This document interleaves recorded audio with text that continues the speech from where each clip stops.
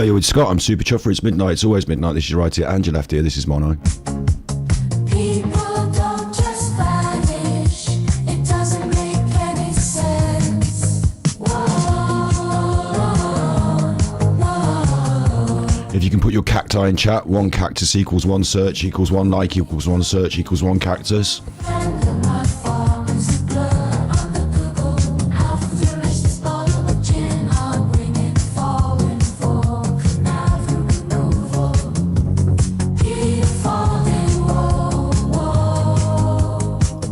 So one cactus equals one like equals one Rolex equals one search. So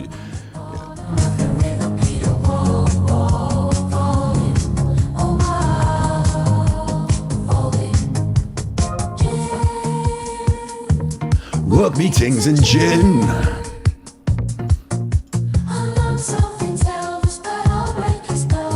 Gin.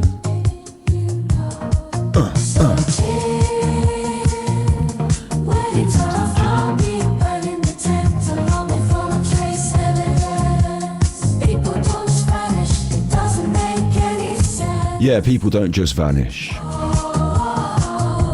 Get Peter folding out to Tenerife now. Oh, sorry, the song stopped.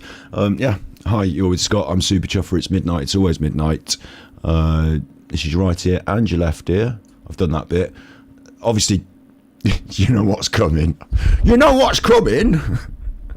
You know what's coming is I'm going to get eggy about Mark Williams Thomas, I guess. Again, am I? Jay Slater still missing. Mark Williams Thomas has got some news for us.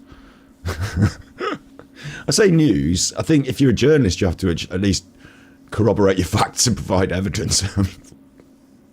Mark Williams has got some ideas for us. And I'll talk about them. I'll go through it. I'll talk about them. Of course, I'll tell you who else has got ideas for us. TikTok. Not TikTok. Twitch. Forget TikTok. TikTok's in the bin again. It had its little flare up. Now no one gives a shit about TikTok again, for this case specific. It is a warm day. I'll be turning on the fan underneath the desk if my computer and everything starts to get warm. So I'll put on some background music to relax us. I'll play this again actually because I really like this one. Get the background music out. Oh, big up you in chat. Gin. Get your gin ready. Drinking's not advisable.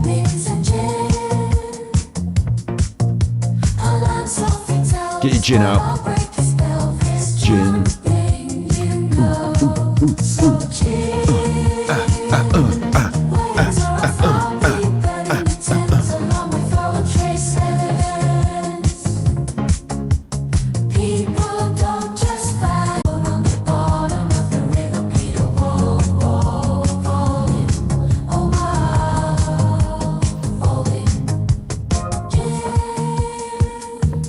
Work meeting and gin. Right, we had a little glitch then.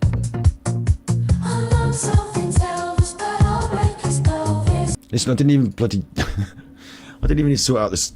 I didn't do the background music. I was just messing about dancing. Thank you, Cheeky Chops, for the super chat. Thank you very much.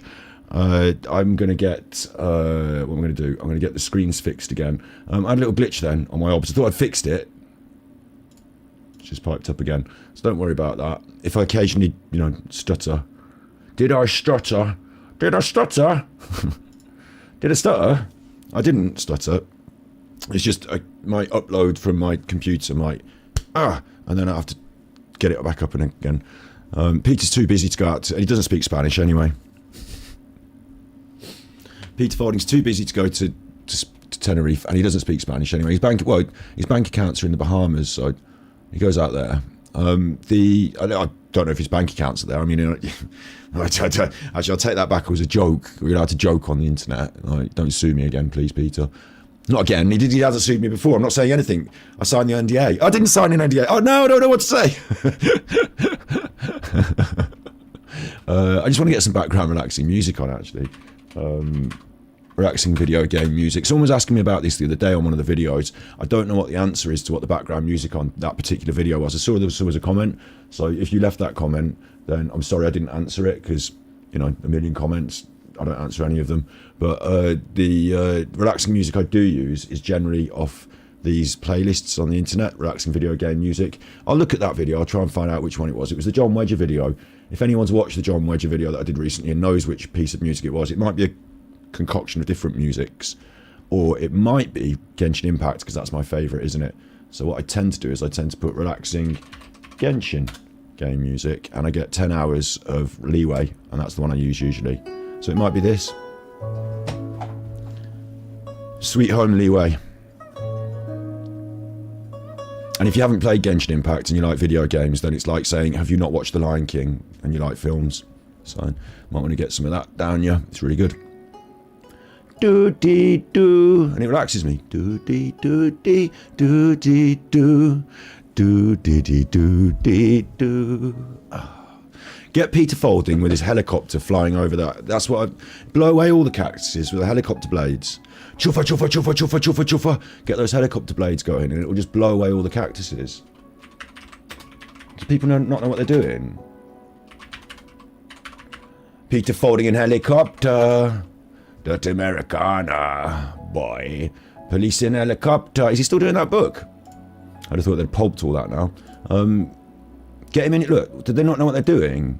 This is the man you want on the job, isn't it? Surely. Look, he looks tanned as well. Not that matters, but, you know, some people look sunburned out there on the search, don't they? Some people out there they look sunburned. This is the man for the job. Also, this is a piece of music that just went in my brain, so you're going to hear it now. You don't have a choice. But, police in helicopter. Let's hope it doesn't do me the... Do you know what did me the copyright recently, right? What did me the copyright recently? Actually, I want the drum and bass remix. What did me the copyright recently was This Morning. Out of everything I show on this channel, This Morning did me the hard copyright. Can you believe that? They don't want me talking about Isla Tricure. Police in helicopter, dirty Americana, boy. I'm assuming it's this one, isn't it?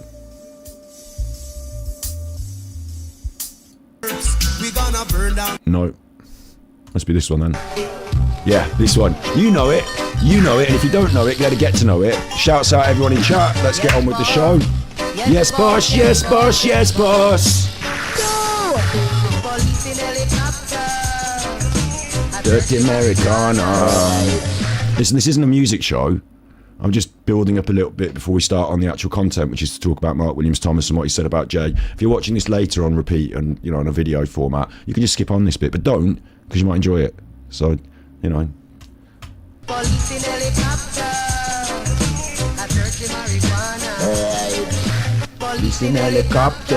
And also, this is the bit where I'm going to have to cut it out for copyright. So if this bit's muted, you won't hear me saying this. You're a smelly. If you're watching this back later and it's muted because of the song, you're a smelly. You're a smelly. Because you won't have heard that. So big ups David Foley. Shouts out you. Thank you very much for the super chat. Thank you. Thank you. I've also got coffee.com and it will come up on the screen and it will say out loud what it's... I'll put a link. Hang on.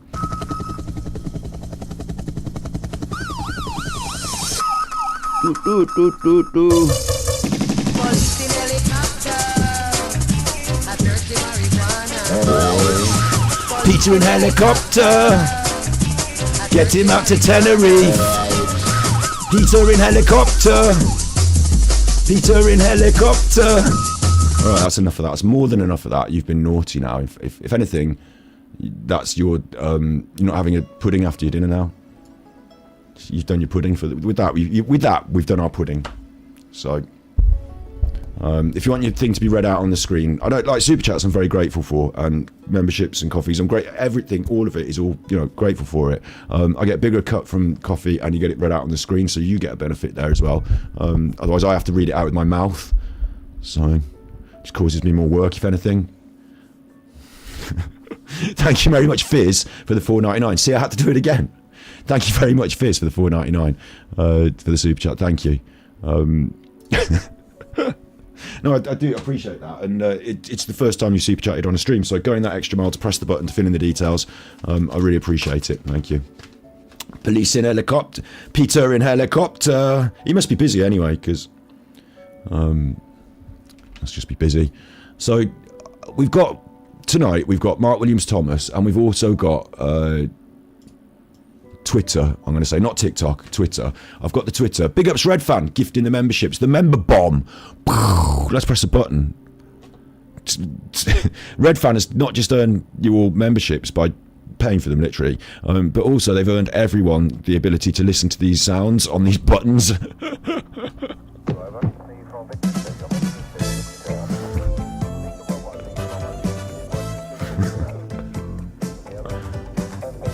Because you'd be in jail. So you got to hear that because of Red Fan, and also thank you very much. You like these buttons, don't you? So I'll be reviewing what Twitter has said about this because, you know, I think it's just like an interesting counterpoint to what Mark Williams Thomas has said about it. Of course, we've got to look at gossip now because Mark Williams Thomas is presenting what used to be gossip as if it's facts. It's a really weird twist in this. And I was literally on the internet yesterday on Twitch. If you saw it, you saw it. I was looking at a map. I might have got some of my places wrong on the map, you know, where he was staying and stuff like that. I don't care. Like, it's not going to go on YouTube. We were having a chit chat and stuff. And one of the things I was saying was that I feel like it's worth taking a step back from this.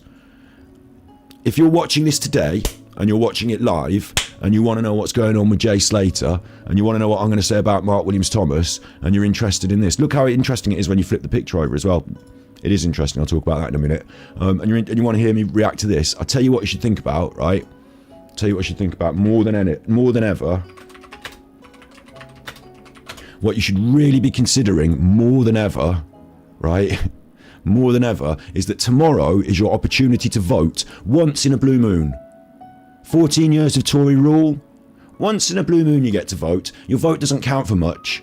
You can give your vote to one of the MPs. They won't talk about what you want in the Houses of Parliament. They won't represent you and your values in the Houses of Parliament. That's not even their job. Once you've given them your vote, they can do what the fuck they want. That's their job. Yeah? But the ones we've got are the worst of the worst scum rats who have been stealing all our money, skanking the NHS for their own pockets. That's the worst thing in the world. You know it, I know it, we all know it. Can't get to a doctor. You know, like it's just awful what's going on at the moment. And you can say, oh, they're all bad. I just did. Like, they're all bad. Like, ultimately, these are the worst scum of the universe. Let's get rid of them. It doesn't mean Labour are the Ninja Turtles going to save the world. Look in your area, right? Look in your area and get the Tories out. There's a video, it's like Stop the Tories Vote. It's a website, yeah? This will show you your seats. It will show you your map. And it will show you the best person to vote for, simply to remove that blue party. That's all.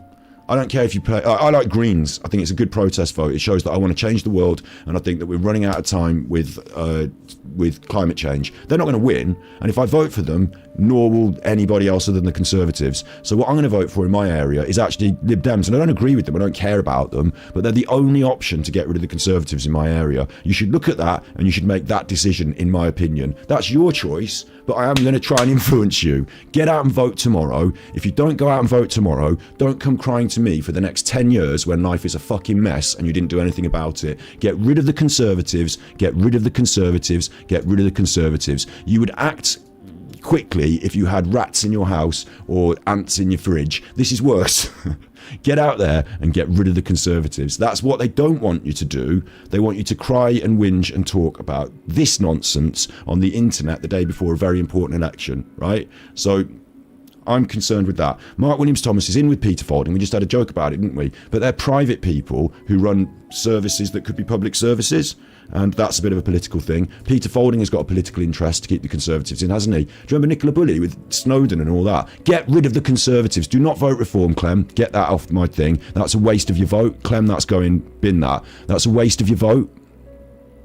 It's the Conservatives in disguise. Don't vote Reform, right? Because the Conservatives... Like, Nigel Farage herded you all up before, didn't he? And you thought, oh, Nigel Farage. And then he fucked off and you had to vote for Boris Johnson. Don't do that. It's conservative hardline right-wingism trying to drag the Conservatives into a more right-wing position. It's just Conservatives with a different name on it. Don't vote Reform. They're the worst. They're worse than the Conservatives, but they don't stand a chance of winning, so we didn't consider them. But if you're in your area, you think they do, you're wasting your vote and helping the Conservatives to win if you vote Reform. Don't do that. It's stupid. Okay? Please don't do that. I don't care what Starmer wants to do. Let him fucking do all of his prime ministership from inside the fucking centre parks. Let him do it from down the log flume. I don't give a fuck. He's not worse than Richie Sunak. Do not argue with me about it, right? I don't care about what Starmer wants to do. I don't care. All I'm meant telling you is get rid of the Conservatives. Okay, reform is worse, but like get rid of the Conservatives, okay? Just get rid of them. From there, we can move forward in a positive direction. Until that, we can't. They've been doing the worst. I'm not going to go through the list. This is not a political show. I'm telling you, tonight, if you're on the internet and you're watching this, and there's a big kerfuffle, there'll be loads of channels talking about this, and a lot of them might forget to tell you to go out and vote tomorrow, okay? It's not a competition. I'm just telling you, don't be confused. Politics, agendas, media.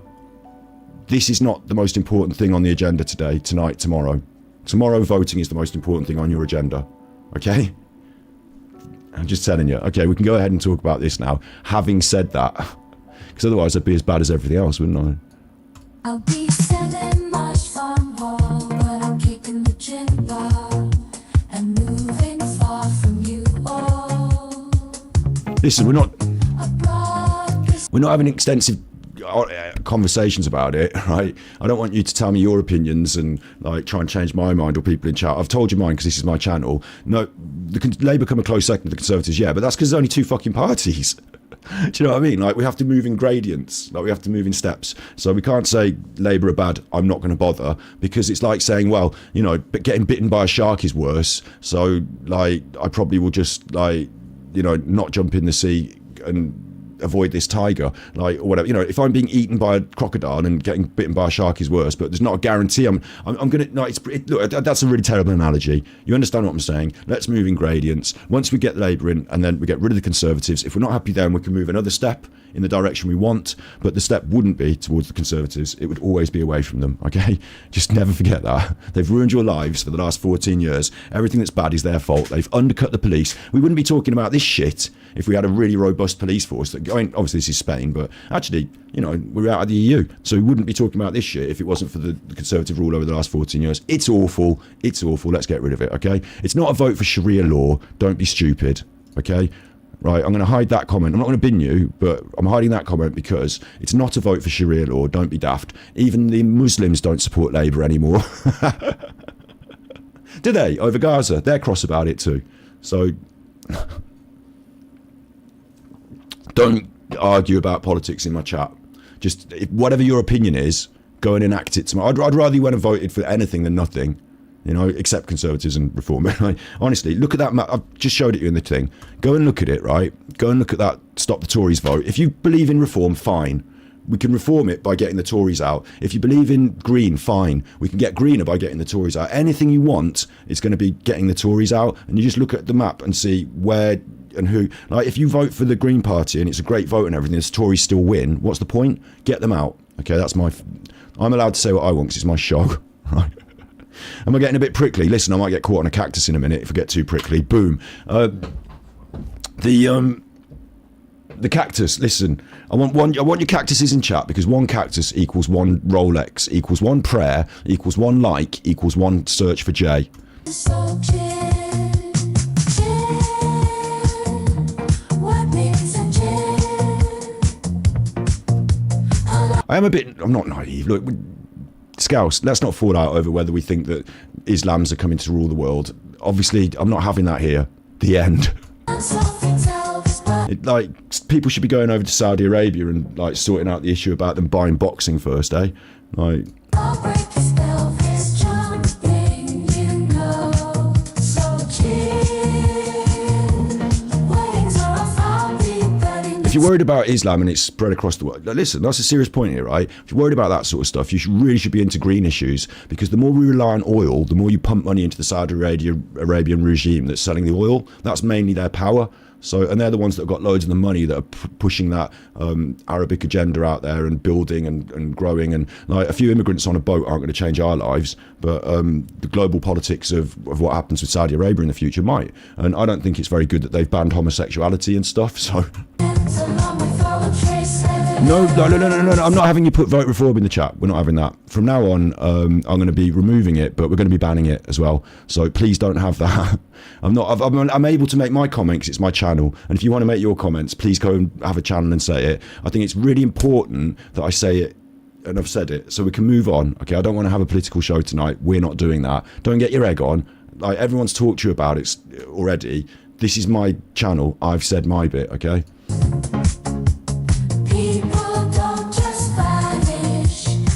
Celtic Whisperer, we're not getting 1 million people a year. Don't be stupid. If you really want to see those things, I've done a really good video on it on Battery Exhausted because it belongs over there with the stupidity.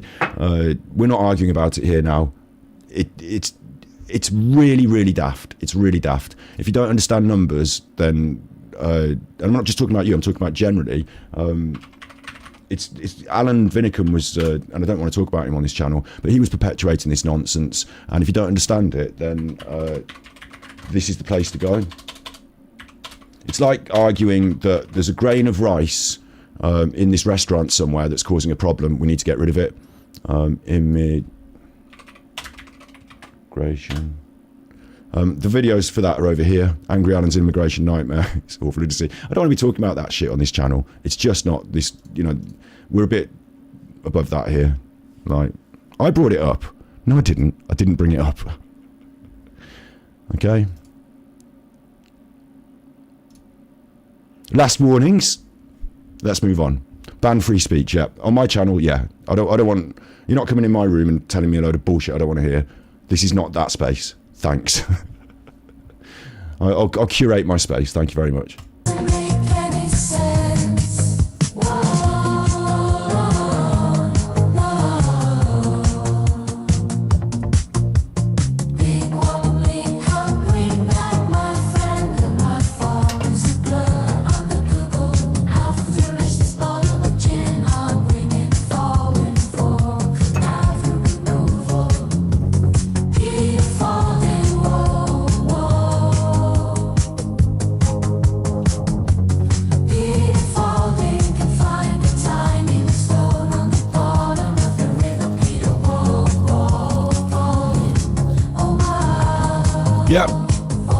Yeah, it'll be about Jay Slater, yeah.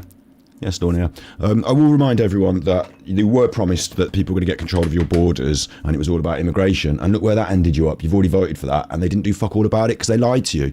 So, like, second time round, believe what you like. I'm not having it in here. Right. So Jay Slater, yeah. This is what we're talking about today. I find, to be honest, this level of nonsense now is bordering on Battery Exhausted. I've got another channel called Battery Exhausted. If you don't know, everyone already does, of course. You can find all my channels by going down on your... Like, if you go to my channel, then you can go... View my channel. And you can go down here and you can see... channels, right? I've got other channels. The real nonsense goes over on Battery Exhausted, like the real nonsense. And this, in my opinion, is now getting on for real nonsense. I'm afraid we've got to talk about it. I kind of feel like we have. But I don't think that there's a lot of credibility going on here, I don't think there's a lot of credibility going on. First thing I wanted to do is to bring up this picture. Oh, that's that. God, that's the Coca-Cola repeating on me. Listen, I'll just quickly, before we get into this now, I just want to say, these people that disagree with me in chat and stuff, I don't dislike you. I haven't got any personal grievance with you. That's politics and it's designed to cause arguments and division so that you can't have fun. And if you're going to bring it up and cause eggy, then you're going to get eggy back. So, we're all good and we're not having it. Yeah. It's really important what I said. Let's move on, right? We've got this screenshot from we've got this from outside the house, haven't we? From outside the Airbnb property. I'm not going to go over all details and stuff because I imagine you're all familiar with it, You're all familiar with it. They are the steps, yeah. They are the steps. People were concerned about his shoes. Are they boots? Are they this? Are they that? No, they're his trainers. This is a blanket from one of the, I've done a stream where we talked about it somewhere, it's pretty obvious. I like inverting it. I like flipping it over. I think you get a better view of what's going on in some ways.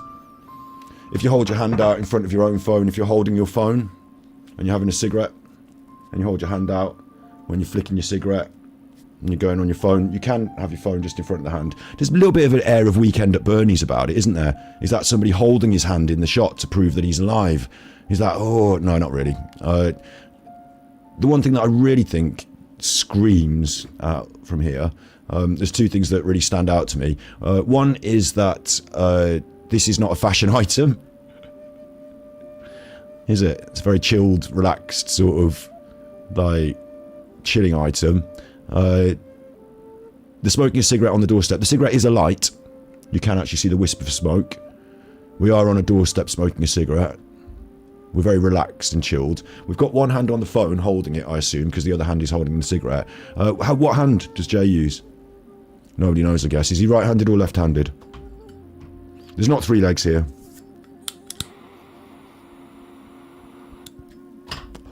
Is he right-handed or left-handed? I don't know, but he's holding his cigarette in his right hand and his phone in his left hand. Not normally the things you would do. Although you might, I mean, I don't know. Everyone's got different habits, but I'm normally smoke with my right hand, okay? But then if I'm using my phone, I find browsing with my thumb to be a bit difficult on my left hand. It's just unnatural. So I would swap with my right hand and I'd smoke with my left. Like that. And I'd browse with my thumb on my right hand. You can try that yourself. I'm not advising you smoke. That's a terrible decision.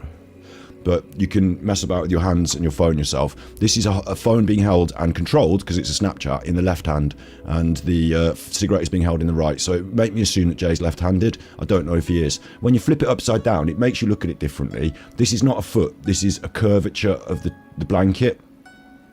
The blanket has these curves. This is his foot over here. That's foot 1, Jay's right foot. That's foot 2.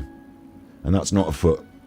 That's just looks a bit like the similar colour because of the terrible quality of the image, and it's the base of this blanket has that colour around it there as well. So that's just the way the blanket folds around like that. That's not a foot. But I like the image inverted because it just feels more natural to look at it. And I think, although I don't see much, there's one other thing that really stands out is I feel like we're getting sunshine on his hand. I feel like we're being illuminated on the hand, and the rest of the area looks quite dim and dark. So either we're standing under a light, and that can be checked, I guess. I didn't do extensive checking to see if there is an exterior light, but because I just feel like it's sunlight.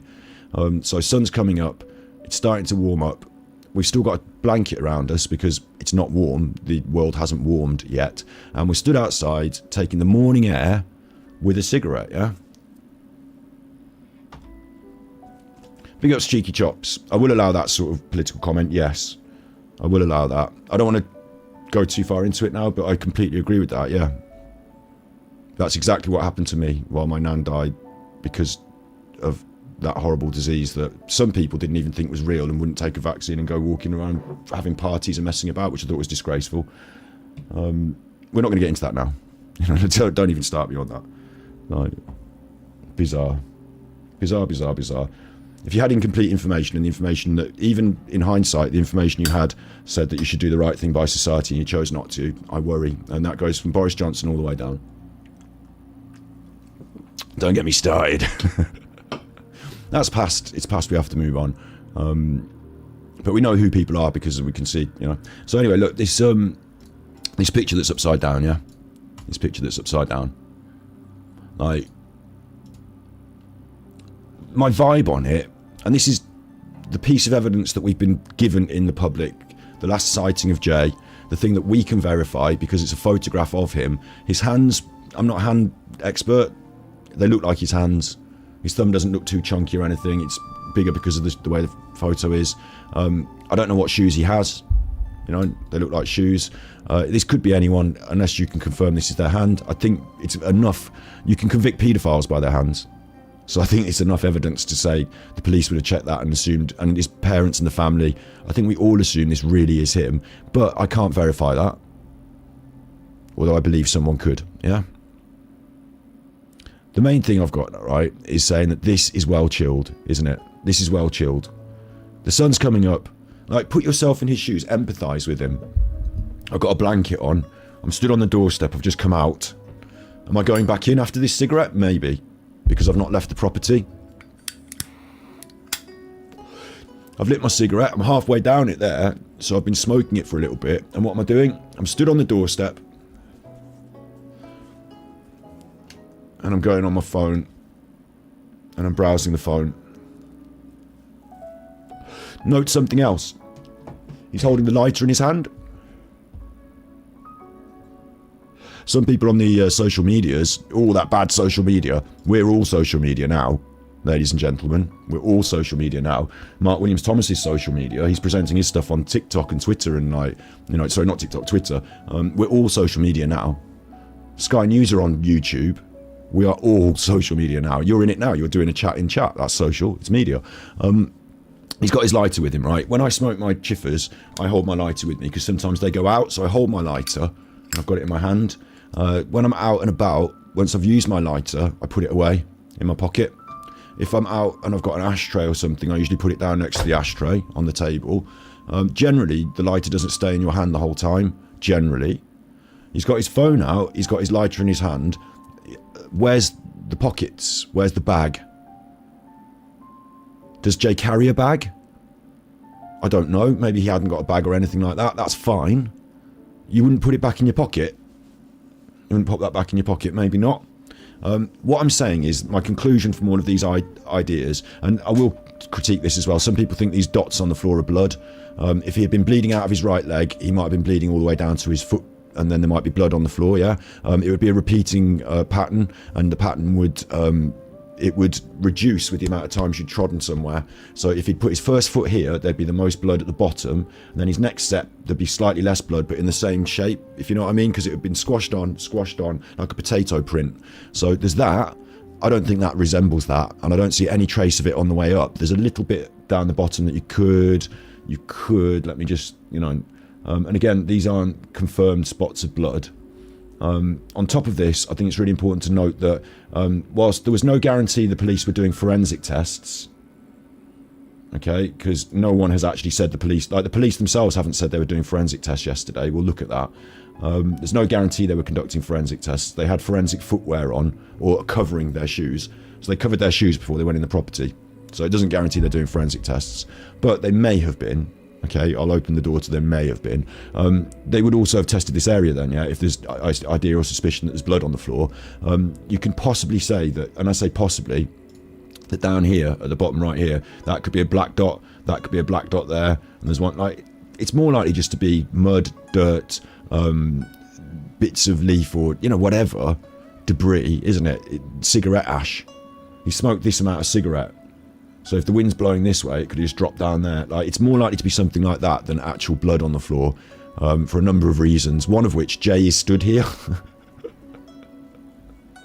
This left, left, right, whatever. This foot would be the one that was bleeding, that would have the blood on the, the sole of the shoe to apply the blood here. And he would see it and probably think, oh, look at that, maybe, I don't know. Maybe he wouldn't want to clean it off. I just feel like there's no real indication that's spots of blood to me. On the wall there, you might say that's something, but it looks to me like where the plaster is slightly cracked. Is all. I mean, I can't. It's so tiny, but I don't look at that and it doesn't scream blood to me. So I think people are clutching at straws there. The main thing I want to take from this, what I would give to you from me, my feelings on this, is that he looks very relaxed. I've been in these situations where the sun's coming up and you've gone out the back or the front or wherever for a cigarette. I believe he's going to return to the property after this cigarette, potentially. He might not, but why isn't he leaving? If he needs to leave and he needs to leave quick, doesn't he go and leave and then get on his phone? If you're on your way out, okay, see ya, I light the cigarette and I start my walk. If I'm going to a bus stop, I sit at the bus stop and I smoke my cigarette and I do this. But if I'm staying at the property, and he might have been leaving the property, he might have been deciding just to stand outside the front door until he's finished his cigarette, gone on his phone, and then start the walk. So he might not have been going back in the property, but he's not left the property. He doesn't seem to be keen to leave the property. He's not in a rush to leave the property. He's quite happy to stand on their doorstep, smoke a cigarette, and mess on his phone. Even to the point, I am convinced of this, that this photograph is simply to alert his friends or whomever receives a Snapchat, or maybe even himself, as to where he is. If you're not getting good reception, and I don't know about this, can't confirm, don't know, he might be able to use Google Maps to tell him where he is, and he might be able to screenshot that and send it to his friends. Like, that might be a long-winded way around it. Another quick way around it, if you're a Snapchat generation, because I'm not and I don't know, you might just open up your Snapchat and be used to seeing it tell you where you are. Do you want to check in? And you might just press yes. I believe on Snapchat, because I've looked this up, there's a little button you can press in the top right corner when you open it up, and it basically says mark my location, send out a location. Oh, hang on.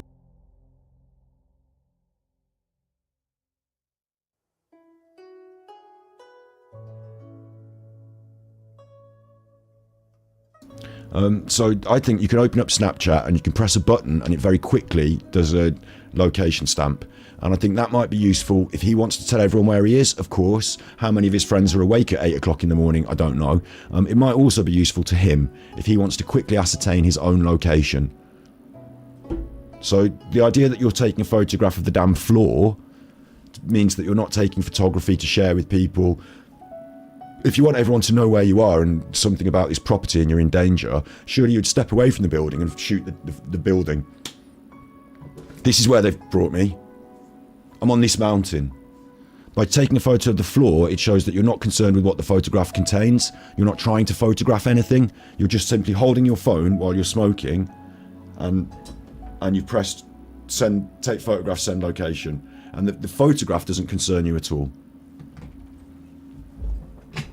Oosh. The photo may have metadata. Metadata! Yeah, we don't have it though. I don't think, because we don't have the phone. Although the Snapchats themselves are in question because nobody's, seen them. Where's this one come from?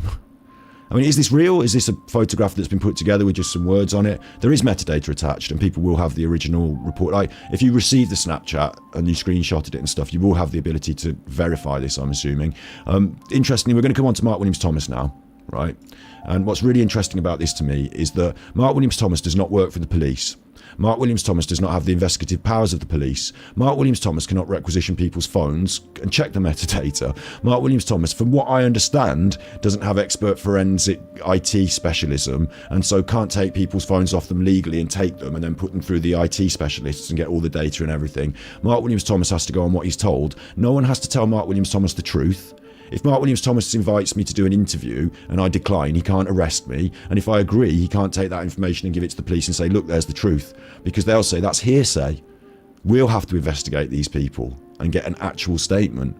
Mark Williams-Thomas isn't able to take any of his statements to court. Mark Williams-Thomas can't use any of his investigation as a court case. He's not doing an investigation like the police. He's doing journalism. Journalism is fine. Reporting what people tell you. You usually have to give source. Quite often you would give, in these days, you would record the interviews. So I'm going to be looking for that sort of journalistic integrity from Mark Williams-Thomas, that the things he says will be backed up by factual evidence. And it's journalism, so it's not you have to hold it and save it and hide it like the police. The police have got no responsibility to tell you what their evidence that they hold, yeah? In fact, it might jeopardise their investigation.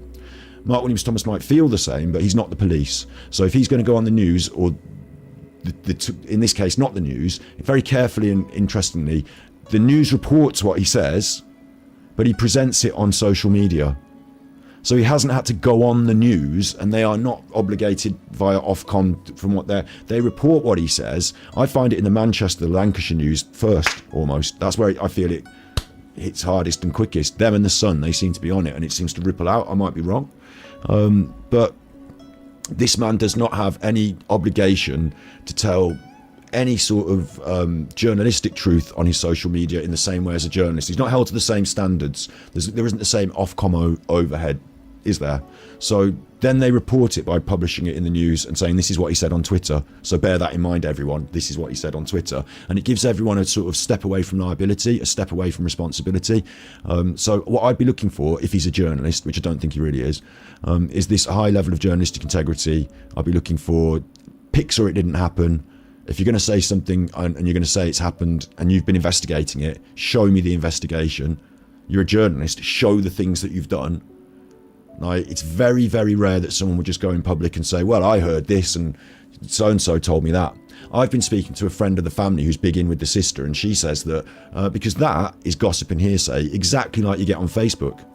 It's just the difference is the people on Facebook are a profile that says, like, you know, Johnny Two Shoes on Facebook, and he's Johnny Two Shoes, Billy Big Bollocks on the telly.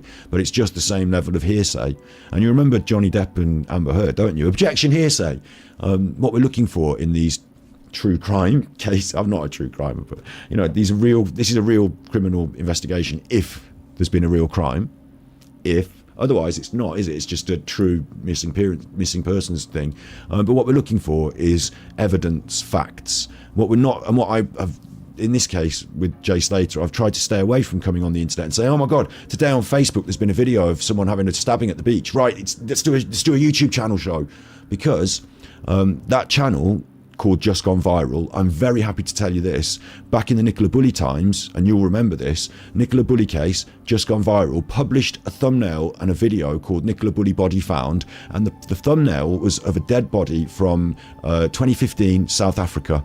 They'd published a dead body from 2015 South Africa, okay? And they'd said it was Nicola Bulley, and it was disgraceful and disgusting. Of course, they just want to go viral. They will publish anything without the proper checks, balances, and maybe even, I don't know where they get it from. So I didn't believe that. I'm glad I didn't take that bait. They've recently gone viral with a video of Jay Slater getting stabbed on the beach, apparently. That might not be worth showing or talking about, because is it valid?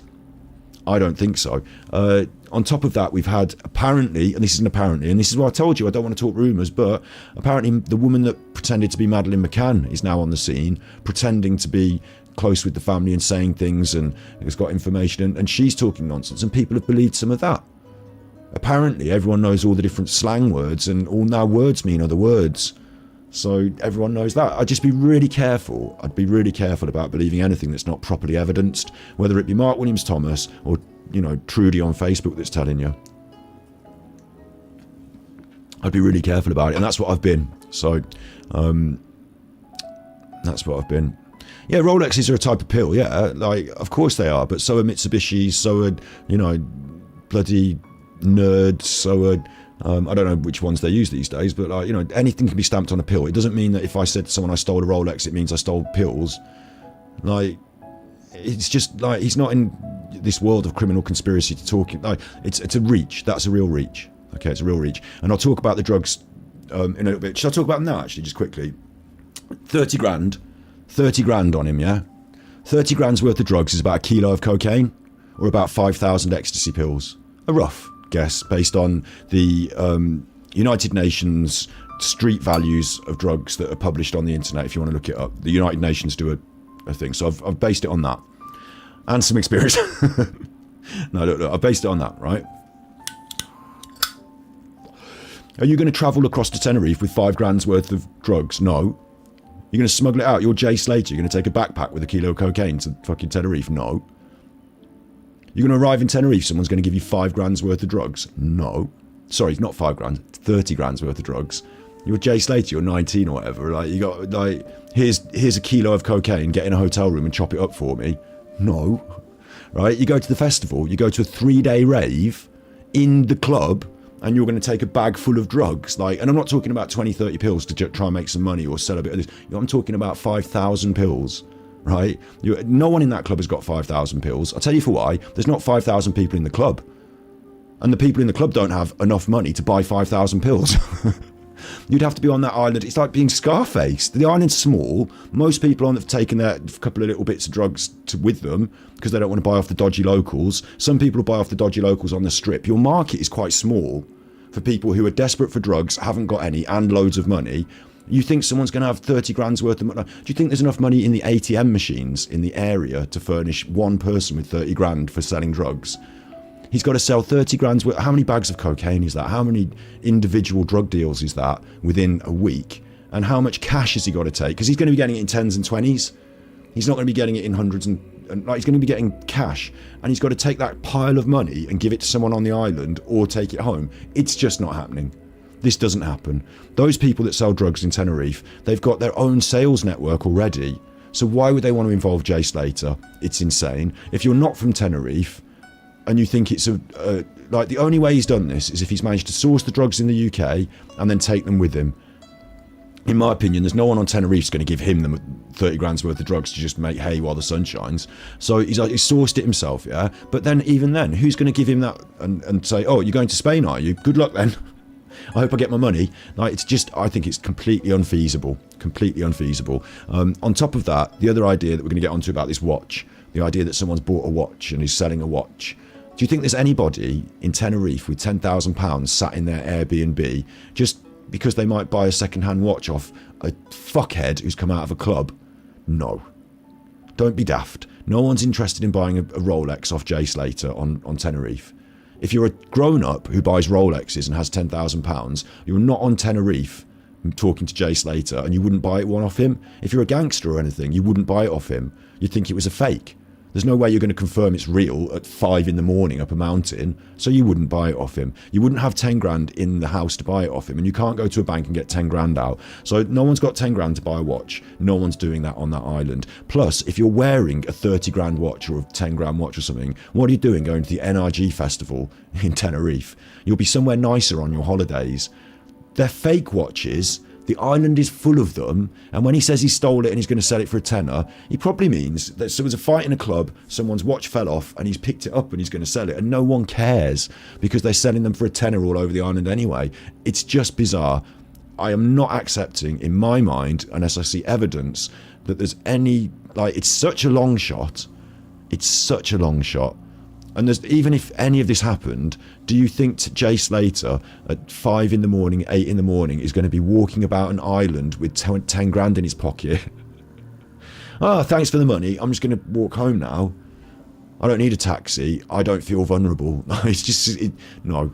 And I really find it, we need to dig into it more, but I really find it strange that he's going to suggest that these people, like, we'll get into it now, obviously, but the idea that someone would go on holiday with a 10 grand watch and just, you know, what's the point? I find it very, very, if you've got that 10 grand watch and you're doing that well, what are you doing up the mountain in Masca? You can grow weed in Tenerife. There's no suggestion of that in that area, but like, it's half legal. They've got clubs and stuff, so like, you might be up there smoking weed and like living the high life, but I just don't see it. It's not Monaco. Do you know what I mean? It's a little village with like a little, it really seems bizarre that people would assume that the 19-year-old would be running around doing deals for thousands of pounds on any level, whether it drugs, watches, anything. And it really seems bizarre that anyone would have that level of item, like whether if it's drugs, someone would have it on the island for you to steal it in a club, in a in a flat. No, if it's a watch, he's not there for very long. He has to go into their property, rifle through it, steal it unnoticed. I find it all very, unless they've gone to sleep and he's sneaky and took it off your wrist and all that. And even then, you ring the police and report it, don't you? Like, because you think you're going to get out in your car and definitely find him, and that's going to sort it out. And then the lady from the Airbnb doesn't report that they saw the Airbnb people leaving and running around. Where's my watch? Yeah, no. And if you're on holiday and you've been out all night and you've fallen asleep, you wake up within the hours that this kid leaves. Oh, I'm glad he's gone. Where's my watch? Like, you know, I think you wake up later and find it, and then you report it to the police, because if you don't report it to the police, you're not getting the insurance. So, and like, there's so many things wrong. Anyway, let's get on with hearing him and breaking apart what he's actually saying, because otherwise I'm just chit-chatting, aren't I? But that's my overview of this, is he doesn't look like he's in any rush. You know, to start off, he doesn't look like he's in any rush here. And this talk of theft and stuff, we're going to get on, and we are going to look at, you know, this TikTok. Apparently, it's a TikTok of a picture of Jay that apparently, allegedly, is a Snapchat that was sent. Again, no chain of evidence here, no verification of anything. This photograph could have been taken like 2 years ago, for all we know. I've got no idea. I've seen Snapchats that have been made on the internet that, you know, joke ones, so I don't know. But my first thought is this seems a bit fishy. Certainly as well, we all know, and we'll take this as a fact, that these rumours have circulated on social media. So Mark Williams Thomas can either be saying, right, I've done a lot of research and I've found out that some of these social media rumours actually point to the truth, so now we're going to talk about them. Or he could have said, oh, I've done a lot of research and I've decided to go with some of these social media rumours, which is helpful because a lot of people already believe them. So, like, you know, we've got to juggle the balls carefully here. This is the truth according to Mark. And the people that are talking to Mark have no obligation to him to tell the truth. They're not going to be perjurers. Like, if you lie to Mark on your statement, it's just you've told Mark a lie. You're not going to be done for perjury. So it's a very strange world that we live in, and it's a very strange place to be in, to assume that Mark's special investigation is anything more than just people talking like they do on Facebook. I need to get into it now, don't I? People are going to be cross that I'm not even playing the thing. To be honest, I felt like, do I even want to do this today? I'd said yesterday how I wanted to do a different stream today, but they keep pushing this, and I think it's important to point out that you should be voting tomorrow, and this is being pushed very heavily. When everything's calmed down, when the police have shut things down, the police are doing their job, and it's them that we want to look to for answers. And because it's not just because there's no answers in social media because the police aren't talking, it's because Mark Williams-Thomas wants to keep this and drive this. And every day now we've had Isla, we've had this guy, we've had that guy. They won't let it just sit and rest, will they? It has to be updates every day, new thing every day, new thing every day. And at the moment, I think new things have stopped happening because the police have stopped the search and they're doing their investigation. So when they've concluded that, maybe new things will come out. But you drip feeding us things like this because it's gone quiet, we get this. So, now's a good day to do it, isn't it? Anyway, I have to stop giving my opinions and start listening to Mark's. Okay, you ready? Come on, Mark, you chuffer. Don't give me the buffering now, you big chuff. I'm blocked from Mark Williams-Thomas on Twitter as well, so I have to watch it through this. He blocked me. He blocked me. It is now into the 16th day since 19-year-old Jay Slater vanished in Tenerife. In that time, his disappearance has attracted worldwide... So he's reading this. He's written it and he's reading it. This thing about worldwide attention really annoys me because it's like proving to the world that this is a big deal. Like, you're doing a big thing here. You're all involved in something big, and it's not like that, really, is it? Worldwide attention. It's like your CV. I've been to when I was in America. I cleared the table after we had dinner, and I took all the rubbish and I just took it back. I've had catering experience worldwide now. Worldwide catering experience, because when I was in America after our dinner I cleared the table. Do you know what I mean? It's like, it's just like the worldwide, like, okay, in here in our country we're talking about it, right? But if you do, like, I don't know, CNN news like this, like the CNN news isn't talking about it, if you do like whatever any other country news, they're not talking about it. It makes it seem big to us that are listening. It's like this is a big important thing. But you want it to be a big important thing because the bigger, more worldwide it is, the better your documentary is going to sell. Media attention, and as such, extensive coverage on social media. This has led to massive... And that's not true as well, because it's not because it received worldwide media attention that it got coverage on social media. Social media does its thing. There is a interplay between the two, but also the worldwide media are informed by social media, aren't they? You are social media right now, so... Speculation with theories at times very misleading. I'm going through this bit piece by piece. I'm sorry, but At time, his disappearance has attracted if you want to watch, you've already seen him say this. This is what I do: is I take it through bit by bit. So worldwide media attention, and as such, extensive coverage on social media.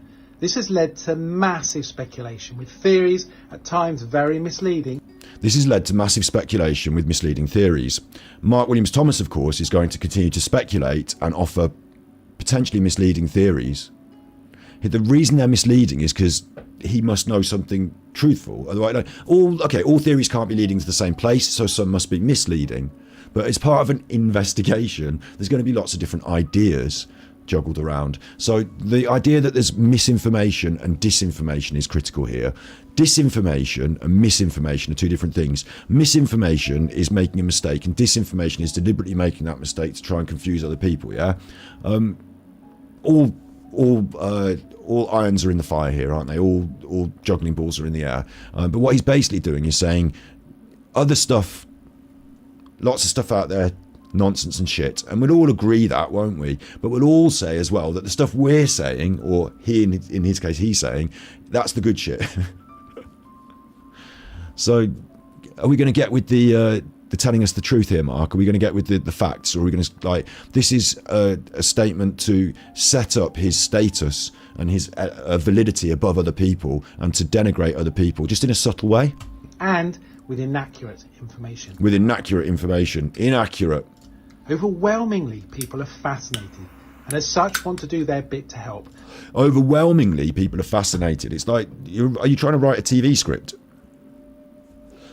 Overwhelmingly, people are fascinated. He's not very good at writing, is he? Like, it's this idea that, like, if you're watching this and you're interested, It's like Marmite, love it or hate it, yeah? Do you love Marmite or do you hate it? In chat, love. Can we have cactuses for Marmite? Cactuses for Marmite. Do you love Marmite? Do you hate it? I'm a bit like that. I know, I'm a bit like that. Cactuses for Marmite. Basically, if the idea is that you love it or hate it, it's a marketing ploy from Marmite, because most people reasonably develop taste, because taste is something that you develop. You only really like sugar, and as you grow up, taste is developed. If you eat a bit of Marmite, you might, I don't know if I like that, but if you eat a bit more and you get what's called an acquired taste, you'll probably develop an acquired taste for Marmite. Most people who eat Marmite don't throw up because it's yeast extract, it's food. Okay, it might taste a bit strong or whatever, but if you eat a bit of it, you might get used to it. No, it's okay, I quite like that. It's all right. It contains a flavour that's described in the Japanese lexicon as umami, which means like a meaty sort of thing that you get from mushrooms. It's one of the actual taste profiles that, as humans, we taste and enjoy. Bitter and sour we might not enjoy so much, but you still actually eat things that are sour and bitter because you get accustomed to them. So with Marmite, which could be a bit bitter, a bit salty, a bit umami, it's got a taste profile you're not used to, right? So you take, there you go, John, hate it, but hate's a strong word, exactly. You taste it and you're like, I don't know. The more you eat of it, like any food like that, the more you develop a taste for it, and I quite like that, I suppose. What they've done with the marketing is to say you love it or you hate it. So you eat it, and if you don't immediately hate it, and that's like most food you might not immediately hate. If you do immediately hate it, you're not going to buy it, are you? Because you immediately hate it. So some people don't like tomatoes, don't like mushrooms or whatever. They don't buy them. So those people we're not trying to reach. But the people that do eat it and go, I suppose it's all right. I don't know. You love it. You fucking love it. There is only the polarised choice of love it or hate it. There's not, I think it's all right, 60%, I might get the peanut butter instead. There's, I actually really like Marmite, or I don't. And if you don't, we don't want to talk to you because you're useless to us. But the people that kind of like it, we've now put you in the box of you love it. So we've taken you an extra step, right? Big ups Celtic Whisper. See, there are things we agree on. Yeah, I used to drink Bovril at the football. Marmite and hot water is a good drink, and it's very underrated. And Marmite contains a lot of vitamin B. Shouts out the vegans. So the idea is that you've been pushed into a box now. Here, the same thing. Some of you might just be interested in this. It might not overwhelm you. You know, it's just something on the news, or it's just something on social media that people are talking about. Last week, Couldn't be happier. big Someone ups. sent tippies. Love your content covering this case, Scott. You're so right with everything. Could we have a neighbours episode? We certainly please? You're could. Hilarious. Keep up the good work. Red heart #XXX. Thank you very much. The other channel Super that Chuffer owes 3 hugs. Thank you. The other channel that I maintain irregularly, Super Chuffer for you, is due another Neighbours React soon. You're right. The other week it was Baby Reindeer. They all were concerned about what Baby Reindeer was saying and doing. That's gone in the bin. It's not as important now, right? You were overwhelmed by Baby Reindeer. All you could think about was Baby Reindeer. Baby Reindeer was overwhelming you because the media were humping it out and pumping it out. And then Piers Morgan was on there and everyone was feeding frenzy around Piers Morgan. Piers Morgan's on the internet. He said this, she's done that. And now that's gone in the bin because people like to have a bit of a gossip about stuff. It's all right. It's just how seriously you take it and how much it dominates and overwhelms your life. You know, that's the bit that's not so all right, isn't it? Like, people have always chit-chatted about stuff. Like, way back we had the Profumo affair, and like, you know, even before that, like, you know, Grug in the cave said to Grug's wife, have you seen that fucking Grugalina down the road? She's been out with that Ugrug and they've been seen having a kissy, and he's supposed to be going off with Igrug, and like I've seen that, like, you know, people have been gossiping, yeah? Like, they're gonna. It doesn't mean it's like really important and overwhelming. But for Mark Williams Thomas, it's quite important that this is the biggest, most important, overwhelming thing in your life, isn't it? Because he's going to sell I don't know about a book, but this is his status and his importance is to be in control of this case, to have the inside information, to present it to everyone else so they have to suckle at his teat, and therefore controlling in some way the drip feed through the media, the timeline. In terms of timeline, I mean the way the story comes out bit by bit over a series of days, so that you are not overwhelmed in one day with all of the information, but can have something to read every day for a longer period of time. And it's the way the media like to handle things like this, like Madeleine McCann, like Nicky Bulley, and they don't like social media to be getting out of control and just overwhelming, because they are overwhelmed because they can't report all of social media in one day, and then the story might burn out quicker. So there's elements of control here, but also, quite importantly, the idea that you are being told that this is so big and important and overwhelming, it means that it raises its status and his status, and it might not be the most overwhelming thing in your life, and I hope you're not too overwhelmed to vote, which I don't want to. Again, I made a point of it at the start. I'm joking now. I don't want to make like this video to be tainted by politics. So, like, but everyone has them. Politics is like arseholes. Everyone is one. So yeah, big ups Jersey Gal. Thank you for your membership. Thank you. Do you want a button? Wait, not that button. I've pressed it now. Is it going to go? Did David Icke penetrate you? Oh, Now hold on, Lorraine. thanks. That be doing their own detective work or just providing comment to help? I have to keep skipping back. You know me, same old G. If you want to watch his full statement in all its glory without being adulterated by me pausing it and talking, do that. But I'm going to pause and talk. Information. Overwhelmingly, people are fascinated and as such want to do their bit to Fascinated. help, whether that be doing their own detective work or just providing comment. So they want to do their bit to help by doing their own detective work. I don't know what that means, because detective work is very vague, and I'll just leave that there, hey. Or providing comment. So does that mean people like me? I'm not doing this to help Jay. I'll be brutally honest. No, I'm not. I don't think it will help Jay. If you want to help Jay, you need to be out there fucking crawling around in the cactuses, yeah? You didn't crawl around in the cactuses. I mean, brutally honest, you're not going to help him. He's dead. Can we get cactuses in chat? R.I.P.J. I mean, it's sad that he's dead. I feel for his family. People die every day. Like, there's kids dying in Gaza and stuff. You know, it's sad. Like, R.I.P.J. One cactus equals one headstone. But, like, the truth is, he's been out there for weeks. So unless he has actually been kidnapped, or which is, like, you know, bizarrely unlikely, isn't it? He's dead, yeah, and he's out there in the place somewhere. So all this other stuff about, like, the Madeleine McCannisation of the phantoms and the people and the story and the case, like, none of that even really helps Jay. And the people that you really should be trying to help are his family, because they're the ones that are dealing with his death. And maybe this media circus isn't the best way for them to grieve. So I don't know if you're a grief counsellor or not, but your personal interests, Mark, in driving this case forward and having your face on the front and, you know, doing an investigation might not be, and I'm not telling you what is and is not, because I'm not a grief counsellor or an expert on that aspect of it, but I don't know if it's helping his mom to just stay out there until he comes home and to have this ongoing, you find the truth, you give them resolution, they can, you know, they can close the book, they can go home, you know, you give them closure, I guess, yeah. But other than that, and look at the other cases, do you get that? Did you get that on Nicola Bulley? Did you? Or, like, you know, we've got a video on this channel about what Mark said about Paul Ansell proclaiming his innocence over Nicola Bulley, was certain of certain things with no evidence that he could show us. But chuffing hell a bit harsh. Which bit? One cactus equals one gravestone. It's yeah, okay, yeah, it's a bit harsh. Whatevs. Like, I've seen social media. One like equals one prayer equals one. Come on, he's stuck on a cactus. The joke is that meme is the most likely bloody thing out of it, isn't it? So the joke is that, like, when they find him, he probably will be stuck on a chuffing cactus. So harsh, fair, whatever. Like, you know, living in the real world, dressing it all up like this and creating this circus around it might, like, ultimately, I'm being harsh because I'm cutting to the bone of what's the truth. If you want to help, it's not about giving them money might help them. They might like the money, but they're in a process of grief because they have to accept that Jay is most likely not coming back, and none of this effort is going to make him come back.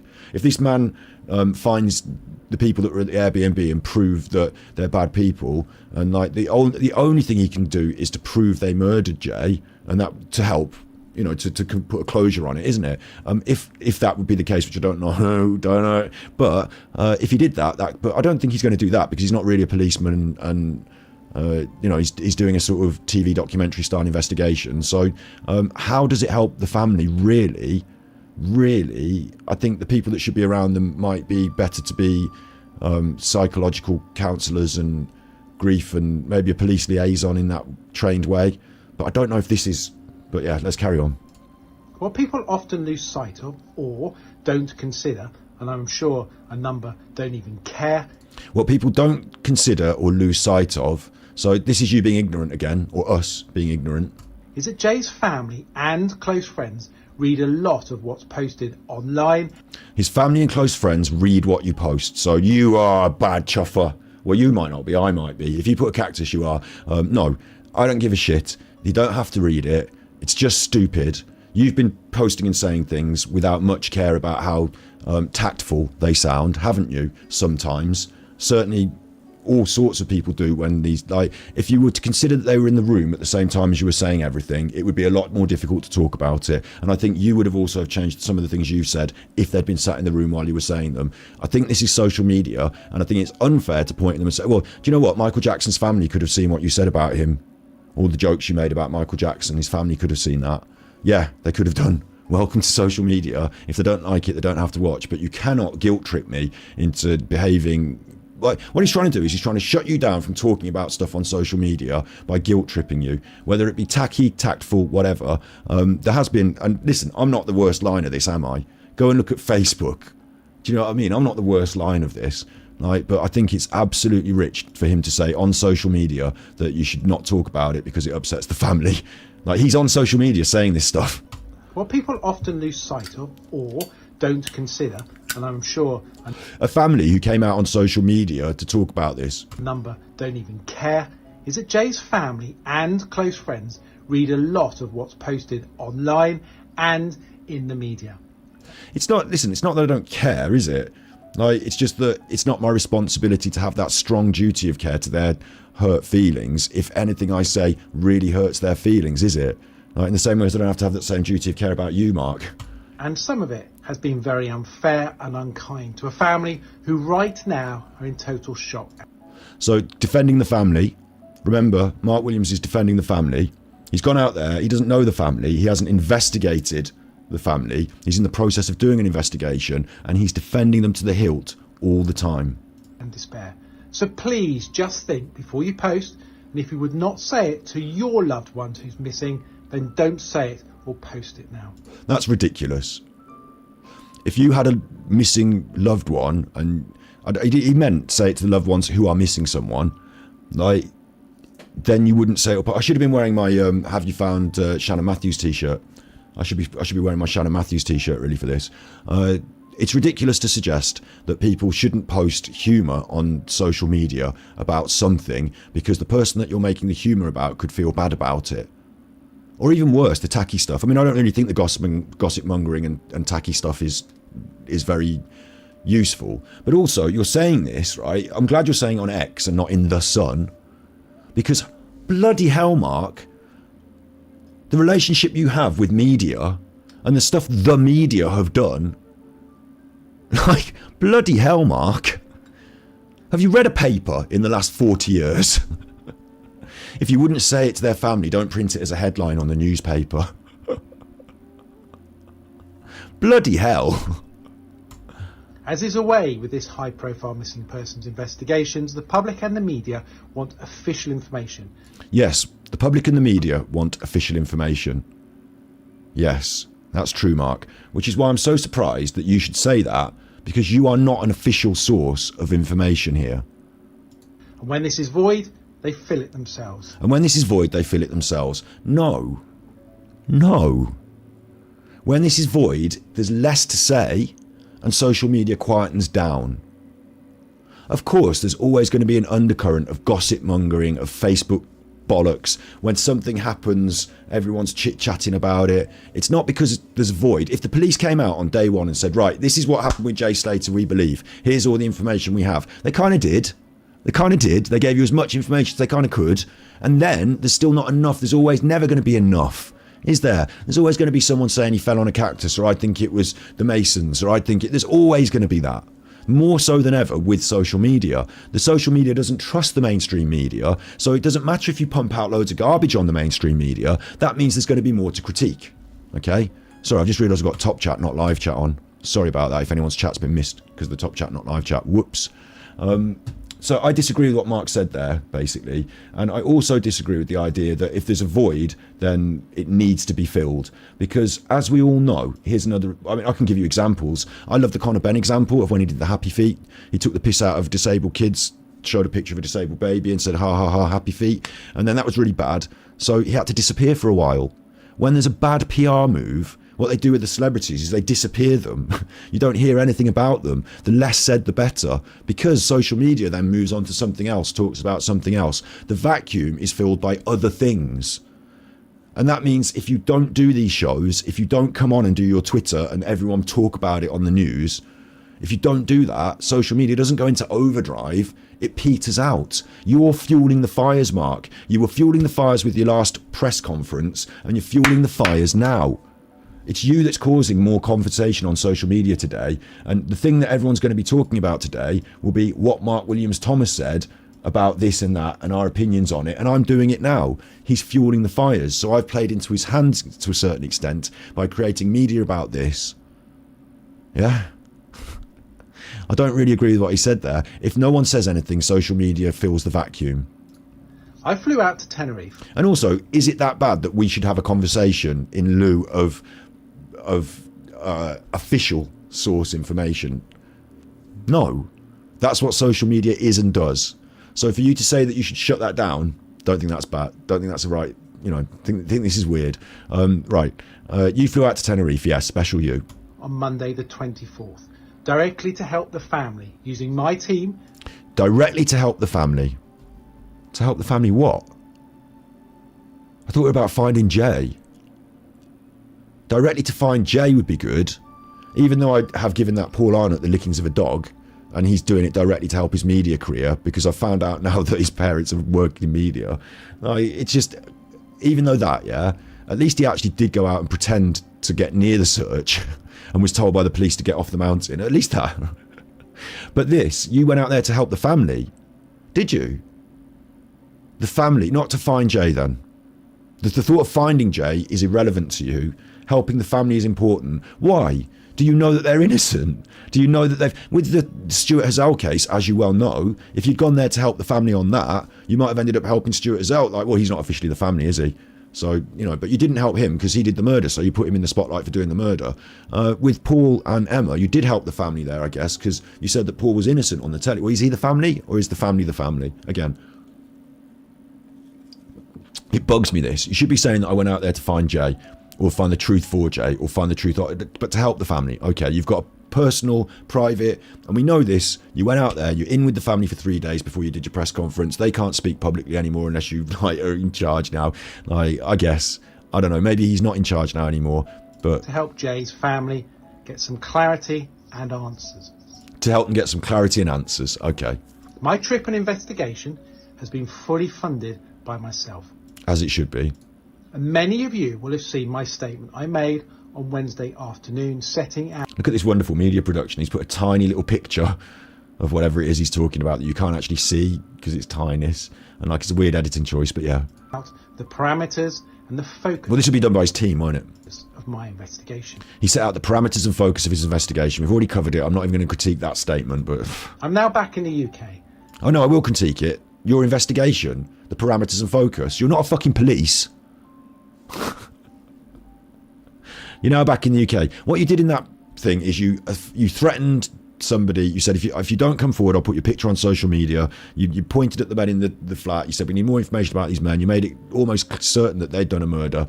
That was your investigation. You're now back in the UK. What, to chase upon these men? And have been in contact with Jay's family throughout. And so you speak to his family, yeah. kept them updated constantly with the result of my ongoing investigation. Kept them updated with the results. Making But you've not kept us updated with the results, and you've shown us no evidence of anything. inquiries both in the UK and back in Tenerife. Making inquiries. Jay's Sounds very official. family were provided with my preliminary findings on Friday, the 28th of June. His family were provided with his preliminary findings. Again, this is just language because there's nothing in it. I told them what I'd found. And what was it? Can you tell us what it was, or any evidence?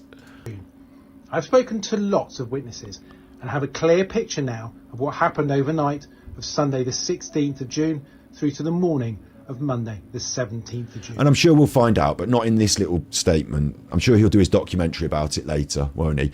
Ultimately, I expect there to be a sort of Channel 5 Vanish style programme, and that if he's got any fucking thing about him, he will put those witness statements, video, because that's what he's doing, isn't it, in the documentary, and eventually we'll go, oh, that's who said it, oh, that's what was said. But he doesn't want to show his cards now because that's valuable to him, because if he shows that piece of interview now, he can't put it in his documentary and sell it, can he? Because we've all seen it. Like, it doesn't become interesting. So I don't know if that's the best thing for Jay and the family.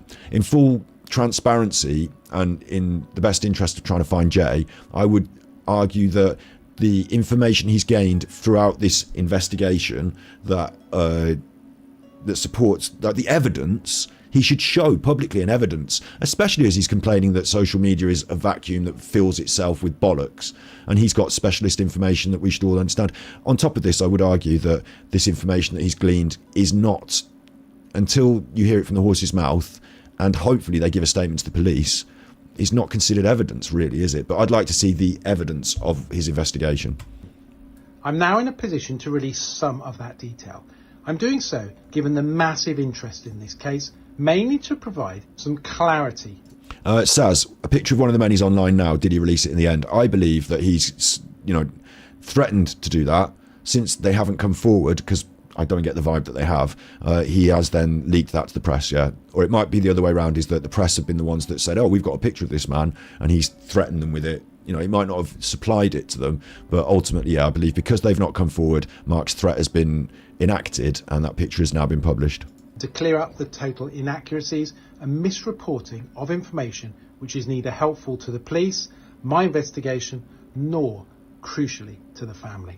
So the misrepresentation and the facts that the misreporting is not helpful. Yeah, but it doesn't matter, because it doesn't matter. Like, you could literally go on Twitter or TikTok and say, like, Jay Slater's stuck on a cactus on the moon, and it doesn't mean that it hinders your investigation, does it? Because, like, you're not spending your time going on TikTok, are you? Unless he spent loads of time going on Twitter and TikTok and, like, every little Facebook, which is something that I don't do. Especially with the Nicola Bully, I refuse to be bogged down in all that bollocks, because otherwise I'd be looking at videos of someone getting stabbed on the beach or a body floating around in the sea and saying, well, that's that and that's that, or this could be that, and I'd waste my time on every little bit of nonsense. I don't do that, but has he got a folder there with all the nonsense in it and has managed to sort of draw out of that nonsense some truth? And isn't it interesting that his investigation is hindered by the nonsense, but some of the things that he's going to potentially put forward as fact are also things that were in that nonsense, as we're going to look at on the social media review on the when I look at these tweets in a minute. But if he was not hindered by it, like, he might have been helped by it, because some of the things he's suggesting were actually already reported on social media. So it's a bit convenient or inconvenient depending on how you look at it. For me, I feel that it's inconvenient for him because it could look like his investigation is comprised of some of the social media nonsense, and that the people who he is talking to might have been influenced by the social media nonsense, and that without a proper police investigation where you can say that people are having to give a proper statement that they can be relied upon in court and also prosecuted for if they lie, then it's just people talking. And it is on the same level as, like, him saying, I've done an investigation and someone told me that, is the same as me going on Facebook and seeing someone say that they work with Trudy down the road and she's told them this. So We know that shortly before 6 a.m. on Monday the 17th of June, Jay left the area of Veronica's Strip, Las Americas. We know this, we all assume it. I'm not going to critique that as evidence because I assume that there's enough actual corroborative, witnesses and CCTV. In a Seat Leon hire car. I don't know about CCTV him getting in the car, but I assume this to be true. Again, simply because the police assume it to be true. I'm not assuming this because because Mark's telling me, and because social media have said it, and Lolly May said it or whatever. I'm saying it because the police are satisfied with that, and that's what they said. Two males So this isn't news. casually known to him. Jay and a number of his friends had spent time with them both over the previous 2 days. All three males, including Jay, then travelled north via the main motorway.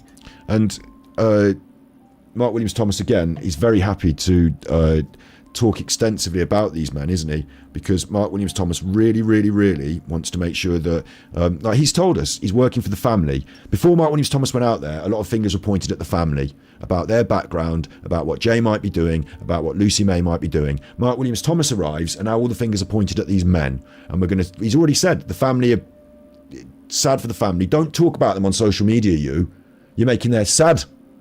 Let's talk about these men. These men, they haven't got a family. Their families don't care. Let's talk about these men.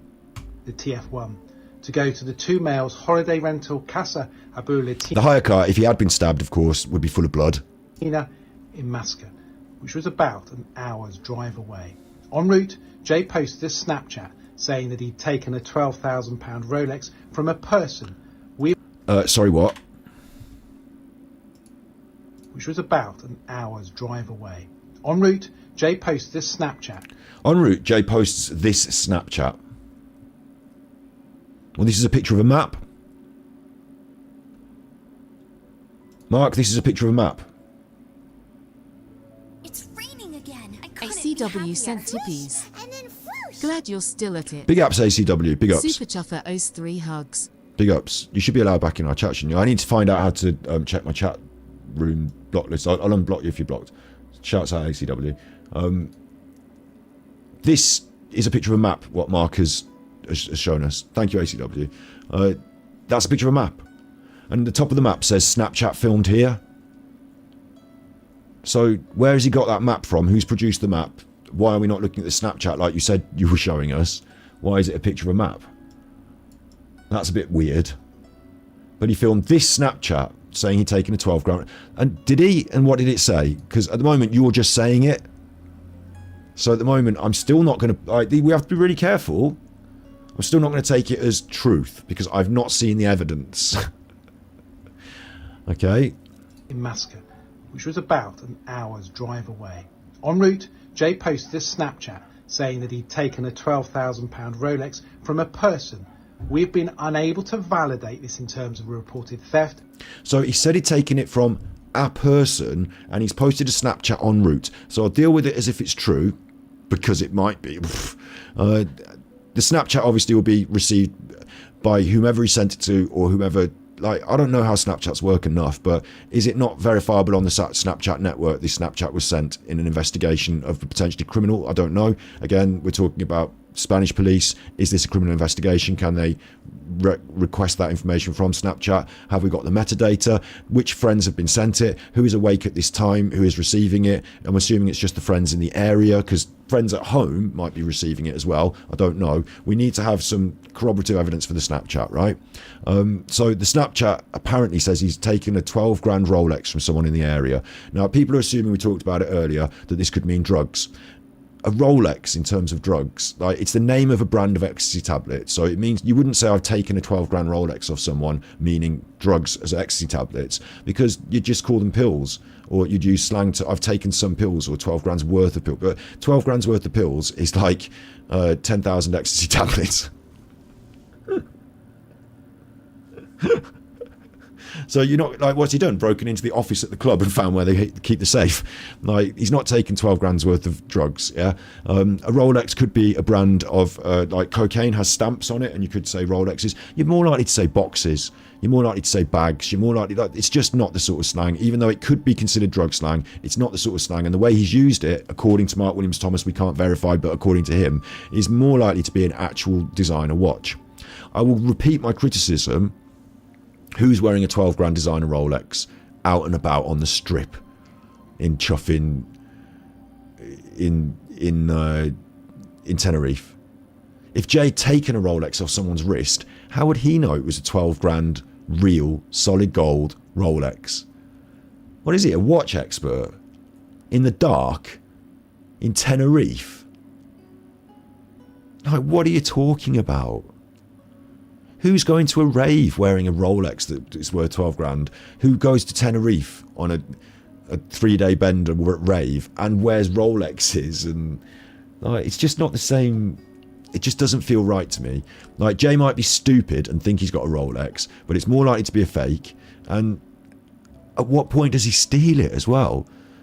You're saying it's on someone's wrist, and he's gone up to them and in the club and he's like, you know, cheeky and talky and got it off their wrist. Or like, I suppose there are ways to steal things, but I find this to be very strange information. And it's come out now, all this time later, when they were happy to discuss what Lucy had said and what this and that had said. Why? Because we don't want to make him look like a thief. That would have been bad, I suppose. But you're making him look like a thief now. What, we hid it? We decided to hide the information. Did you hide it from the police? So what we're saying is that the people that we're talking about that have given us the information about Jay's location so far, they're proven liars now, or at least they withhold information. Because some of them didn't tell us this. I don't say that how that works on behalf of the family. It's bad for them. It's bad for them. €20 for a fake Rolex in Tenerife. Exactly.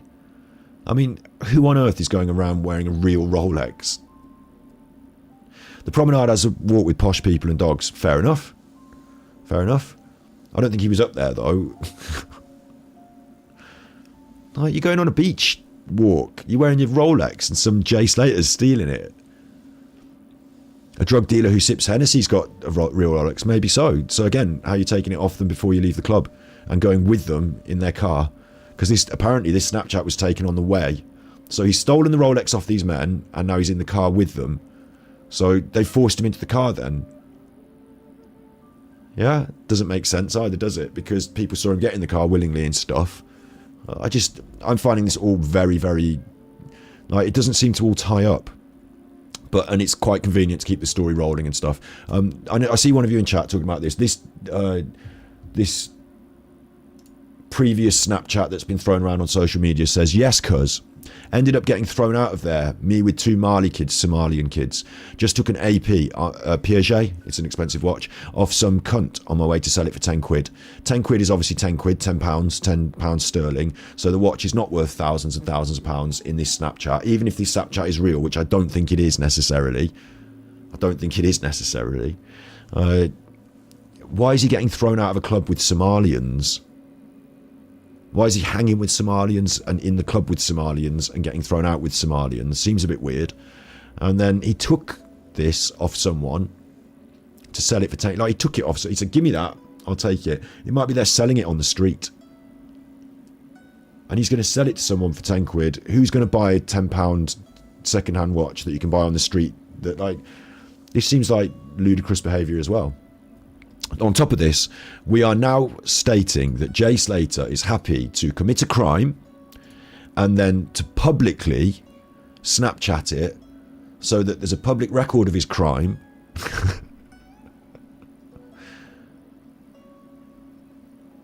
Yeah. So if he didn't get murdered, he could go to prison for doing the crime at least, because he's publicly confessed to it on Snapchat. Anyway. I'm in a position to release some of that detail.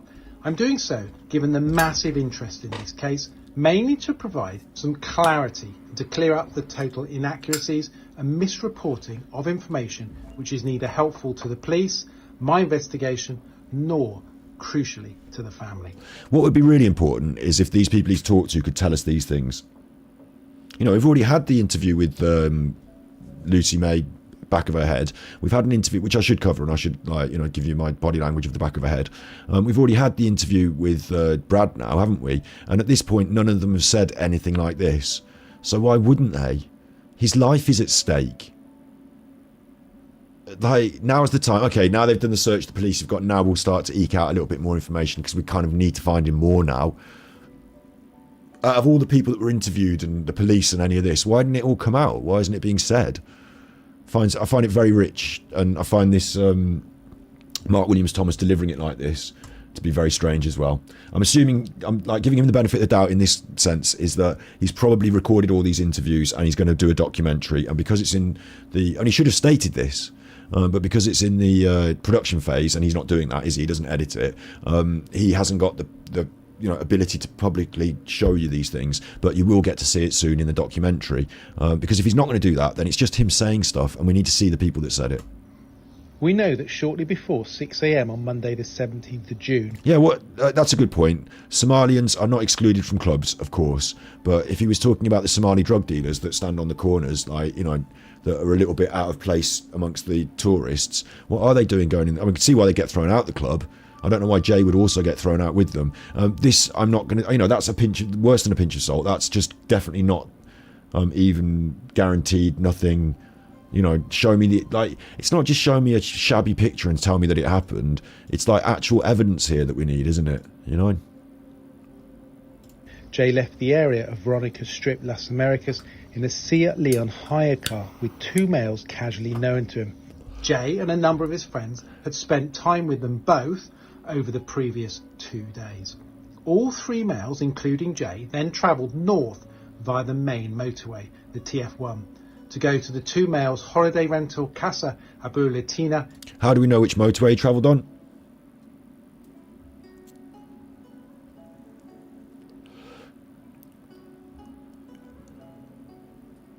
Maybe it's the only road that goes there.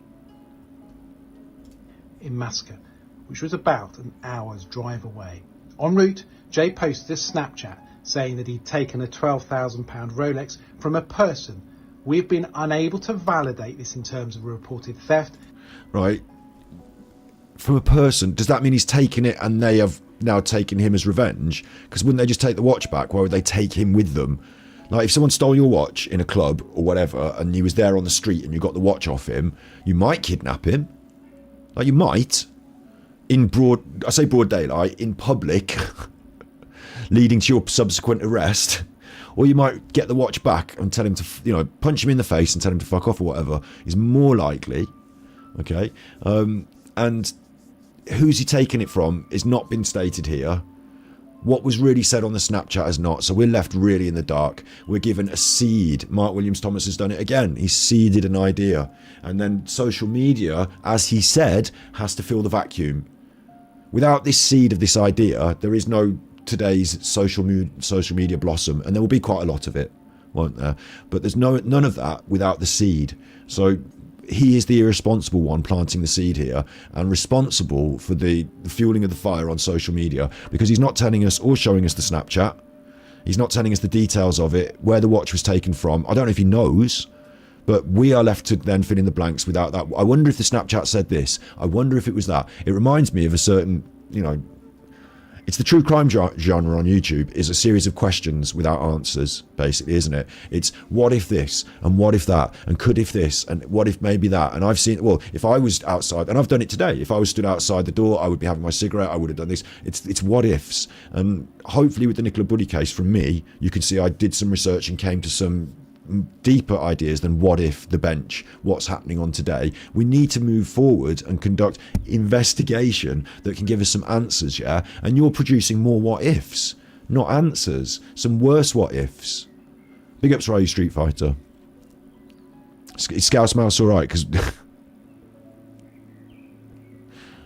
we're alright, everyone's alright. You're allowed your opinions. We had a bit of a political thing earlier, but I don't want this to be a political show, so everyone will understand that if we continued with that, we'd get into arguments. There's no point. I respect that you have your own opinions. I might not respect the opinions, but you're allowed to still be here and we can all be friends, yeah. And I think they're all right in chat. I'm keeping a bit of an eye, but nothing bad's happening really. Oh, big shouts out ACW. Look, you are in chat, yeah. More likely on Murdoch's payroll. What a great statement from ACW. Of course, the Murdoch media. I should ring that bell more, shouldn't I?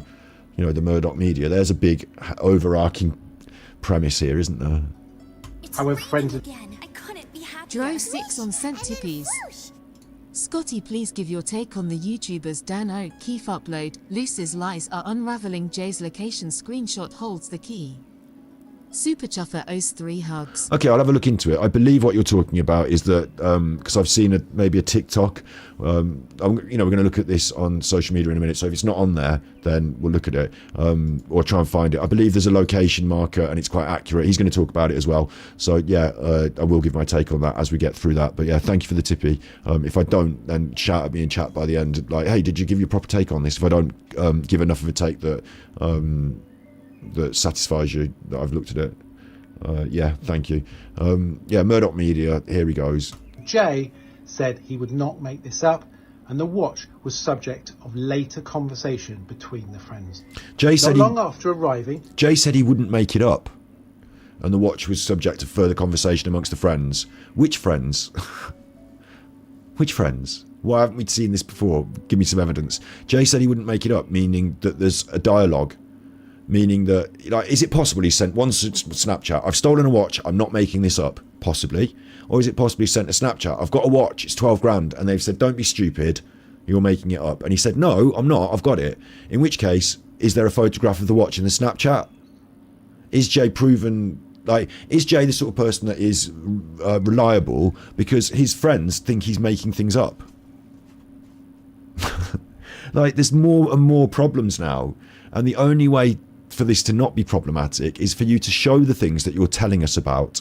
It's a case of show not tell now, Mark. You can't be the same as Facebook and say, I've heard from one of his friends that he said that there was a Snapchat. That you need to show the evidence, not because it's legal and, like, you said yourself, social media fills the void and it's all gossip. So you're part of it unless you're going to go that extra mile and show the evidence. My great hope is that he's saving that for the actual documentary, that he's okay, he'll benefit from it financially, and he can't show it now because he, holding his... Why give people all of that when you can charge them for it as part of a documentary that's going to go on the telly, so to speak, when you can make money off it. But if he doesn't do it ever, if this is just... at the moment, I'm going to keep it firmly in the ballpark of this is the same as all the other social media bollocks, because he's on social media talking bollocks until I can see the evidence. at the rental, Jay around 7 a.m. had contact with various friends via social media, both inside and outside the rental. He had contact with various friends via social media inside and outside the rental. Again, very vague. Not phone calls then, but social media. And what do you mean, contact? Do you mean calls, inside and outside? What? Like, it's too vague. And during these calls, various videos... Calls now. Calls. Are they FaceTime calls or are they via social media calls? Like, you just said it was via social media, so now I'm talking about... like, I can use other social media to... Like, maybe he means... what's the one... The chatty one they do, Kick Messenger or like WhatsApp. WhatsApp, isn't it? You know, maybe he means WhatsApp. But again, very vague and stupidly vague, because if it were a police investigation and it were a crime, they would have the power to verify this and like look at, like, have you seen this on people's phones? Have they shown you the evidence? Like, is it people telling you stuff? Are you defending the people that are telling you stuff without actually having corroborative evidence? Are you telling us stuff without the corroborative? Those chats were had and pictures sent, including the one he took on the doorstep that many of you will have seen. I have seen that. But unlike this image of it... Those chats were had and pictures sent, including the one he took on the doorstep.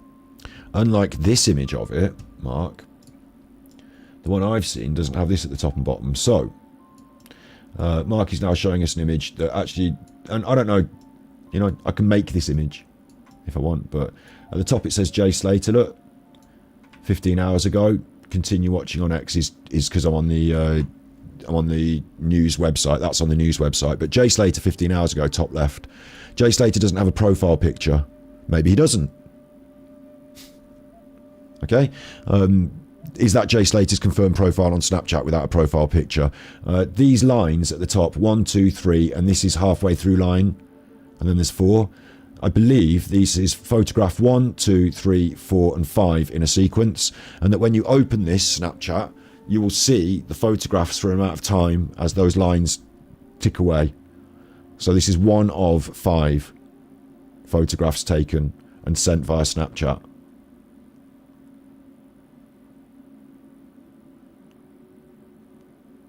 That's what I believe that tells me. I'm not certain, but that information that's not metadata, it doesn't prove it, but it's information I hadn't seen on the photograph yet, if you know what I mean.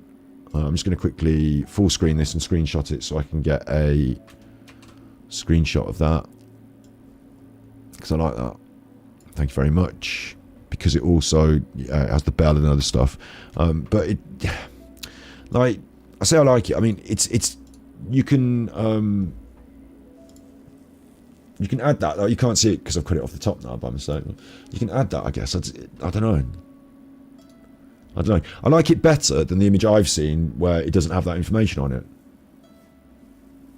I guess. Where am I now? But what it really screams to me is that there are further photographs that I'm not seeing in this sequence. Where are the other photographs? Why have they not been publicised? What are they of? Like, he has to keep lighting that fag. Do you think? I think cigarettes don't burn themselves out. I think the lighter is... I talked about it at the start of the episode. I think the lighter implies that he hasn't got a pocket on him or somewhere to put it. So he's just held on to it. He might have taken it from the table and the box of cigarettes in the house, gone out for the cigarette, and then intending just to go back inside. If you're about to go on a walk, are you going to be wearing that blanket on your walk? Are you ready to go on a walk? If so, why aren't you going on a walk and smoking? Why are you stood still? Like, he's contemplating his next move, maybe. Why hasn't he left the location? Like, like this sort of behaviour, when in my experience, is I'm at a party or a hangout. I want to have a cigarette, and I'm going to pop out for a cigarette. I'm taking my blanket because I'm outside. I'm bringing the blanket back after I go back inside, and I've got my lighter, and I'm doing this. I haven't put the lighter down because I'm going back. It feels like he's just popped out rather than is left and finished. Like, and also this amount of smoking that he's done on the doorstep means that he smoked that amount of cigarette, which is approximately 5 minutes. I've stood there looking on his phone. There's no panic to leave. That's not happening. Let's go back to Mark. Step that many of you will have seen. I am confident that that photograph on the doorstep is him, wearing a throw, a blanket from the apartment, and his black and green Air Max trainers. Right. That makes sense to me. I don't know if he's got black and green Air Max trainers or not, but they look like the trainers. I'm happy with that. I've seen the photograph enough to know that I was looking at something black and green and questioning what it was.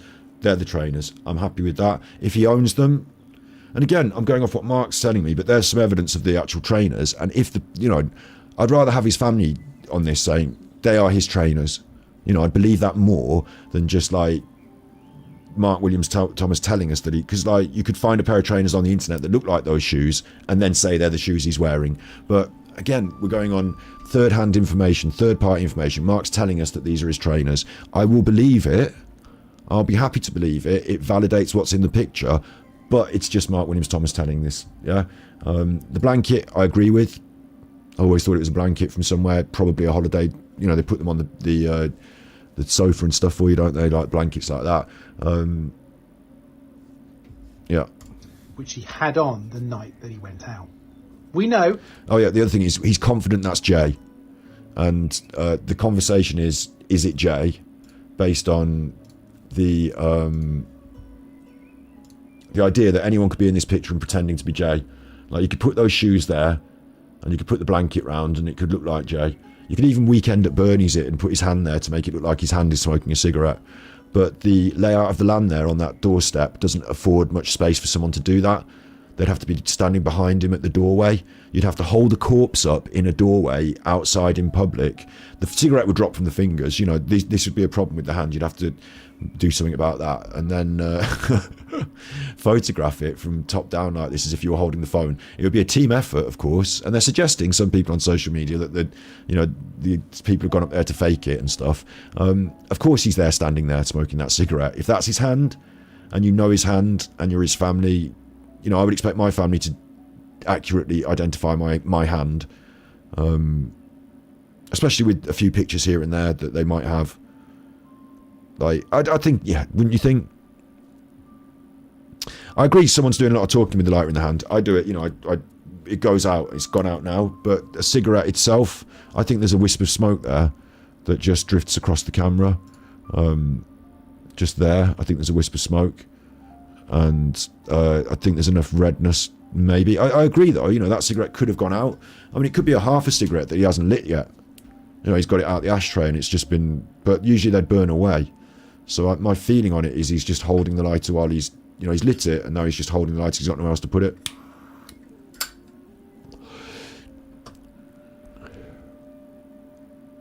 Big ups, ACW. I'll tell you what, I'm not investigating this case. Like, I don't claim to be a detective, not an armchair detective, nor a fucking internet detective or nothing. And Mark Williams Thomas claims to be investigating this case, or is investigating this case. I'm not investigating it. I'm just commenting on what's being presented in media. I think that's my position more on this stuff, is I'd rather comment on the media that I see than pretend that I've got any extra skills that can, like, help. Like, I think the people who have got the best skills and can investigate this are the police. I think the people who can find him on the mountain are the mountain rescue. Like, you know, that Paul Arnott doesn't deserve any respect. Those mountain rescue teams do. He wasn't very respectful to them. You know, I think the people in the middle on the social medias, and now Mark Williams Thomas occupies that space, I'm afraid. And I'm here as well, but like, I don't want to be like pretending to be, you know, presenting the documentary and in front of the camera about it, you know. And I don't think I'm going to get... I mean, I'm going to dissect this, but I don't know if you're going to get any answers out of me for this. Like, I have got more to say about this, and I've got more to say about Jay's past and things like that that's been discussed on social media and has been alluded to a little bit, but I haven't gone in on that yet. I've got more to say, but as I say, I want to keep a little bit of a step back and an overview, because I believe that if you jump in head first, you're going to end up publishing and saying things that are part of the confusion. And you're going to look back across, or I'm not, but some people might look back across their content and think, maybe we shouldn't have done that. Or maybe that was, now, in hindsight, it doesn't look so smart to have published. At the time, it looked like it was the news or whatever was being updated today, but maybe it's not the most sensible thing just to, you know, ride the hype train every day. I think stepping back and being cute about this is the right way, especially after my experience of the Nicola Bulley case. And I'm not in this case deep like Nicola Bulley, so... when I say in it deep, I made a lot of content, I had a lot of passion for that, and I wanted to find the truth. Here, I don't believe I am going to, and I don't have the same level of interest and passion. Yeah. Okay, Mark. At around 8 a.m, there was a level of communication with the host of the rental property. At around 8 a.m, there was a level of communication in which she communicated by hand digits to him that the bus was leaving. To him. So you're saying what Isla said is that this lady told him the bus comes at 10 o'clock. At 8 o'clock, and this is, we kind of agree then, don't we? Well, Mark Williams does with Isla Tracure. But I assume the police have ascertained this as well, and that lady is a responsible and valid witness, having no real iron in the fire other than owning the property that this is, you know, circling around.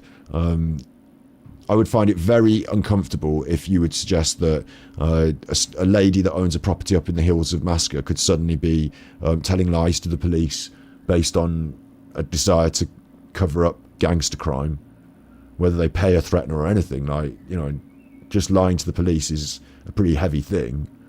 So yeah, I'm prepared to take her evidence as truth.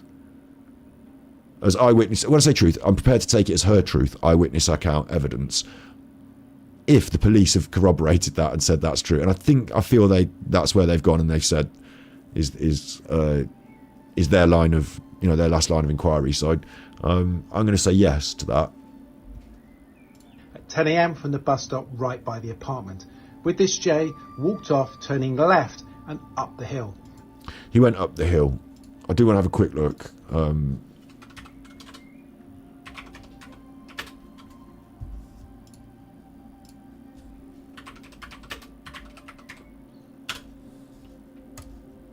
Do you want to have a quick look?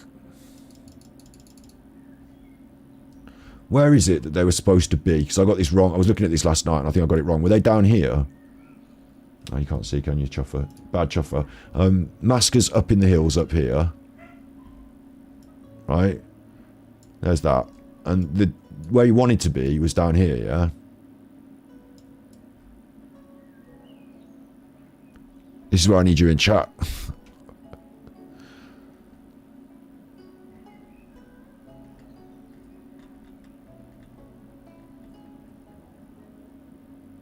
You might have thought 10 minutes, not 10 o'clock. Really good point, Sue. Really good point.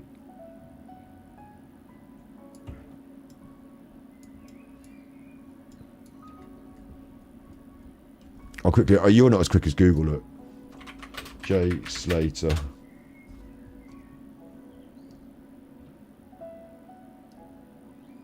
I like the way we're all confirmed that it's forensic police now, even though the police wouldn't confirm it was forensic police. It's police with forensic shoes on. I don't know if we'd confirmed that forensic police searched, are we? Or maybe we are. I just want to know where he went from.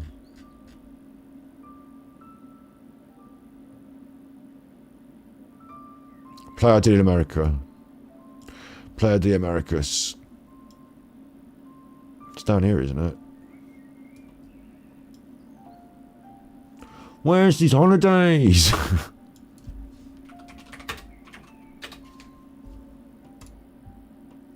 Right down there. Got it. It's raining again. I couldn't be happier. Eve Jones sent tippies. Love your content, Scott, but have to say I do miss your Alan content. You're amazing. I look forward to every live. Keep up the good work, XXX. If you missed that bastard... Super Chuffer owes 3 hugs. Thank you. If you missed that bastard, it's because that bastard gone missing. So, and that's on Battery Exhausted. And we've got a new one. We're looking at Paul Arnott. I'll be looking at him tomorrow again and on Friday. He's a bit of an Alan Partridge. So, yeah, check out Battery Exhausted still exists. He wants to go down here, yeah? That's where he needs to get back to. It's a long way. It's a long way. He might have already taken this route. You know, he might know that it's a long way. I agree that he doesn't want to go the wrong way, yeah? I kind of agree with that. On the other hand, the route down the mountain... Okay, so if I'm in Masca...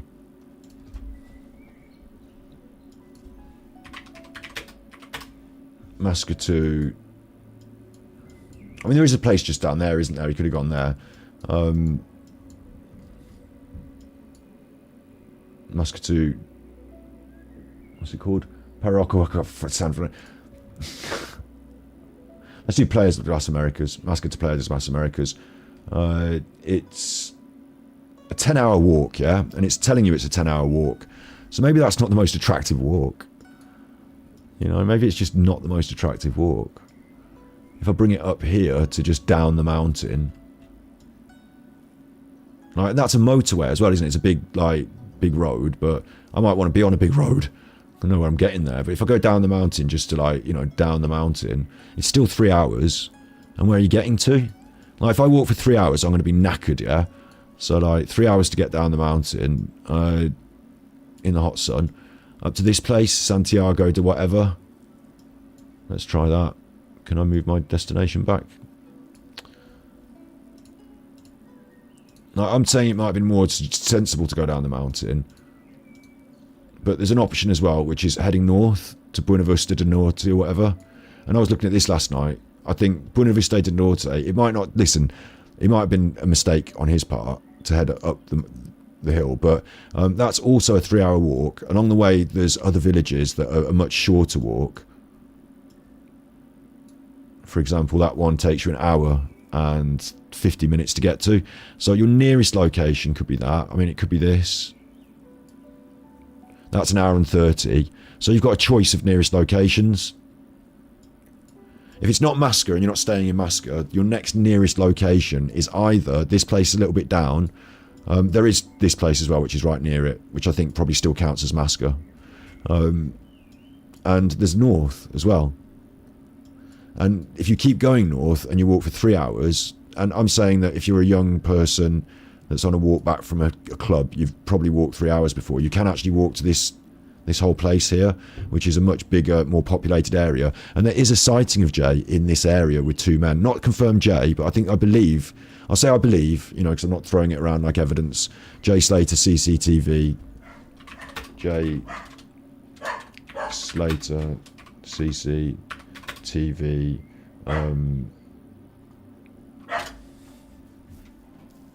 Isn't there a sighting of him with 2 men?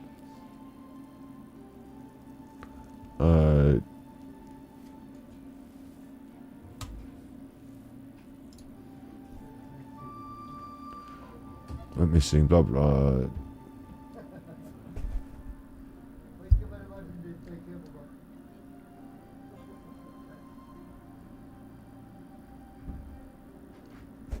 Nearby town, 10 hours after. I'm trying to just confirm that this is...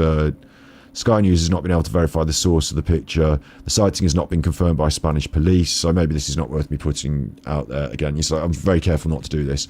But I believe there was a CCTV image that was supposed to be from that northern area, from this town. And if that corroborates, then it's possible that he might have considered walking to somewhere nearby instead of 10 hours away back to where... I mean, you could also argue that down here, Playa San Juan and Playa Santiago are also nearby. So if I move it down to there, that other beach down there, but it's nearby, but it's 3.5 hours. So like, it's the same sort of choice. Like it's a similar choice. You just, how far can you get in 3 hours and where are you going, basically, isn't it? And the suggestion is he's walked north based on the testimony of an eyewitness who told him 10 minutes for the bus. She went out in the car later, didn't she? What I'm trying to say is I don't think it's unreasonable to consider that Jay, in his right mind, even, you know, people are saying he's off his head or whatever, but even his right mind might have considered a walk to the nearest town, the nearest towns, as an option, and that all these options are on the table. So down and up are both the nearest towns and take a similar amount of time. And I don't know what he thinks of this place compared to the other place. I mean, this is a place, they've all got bars and stuff, haven't they? They will all have bus stops.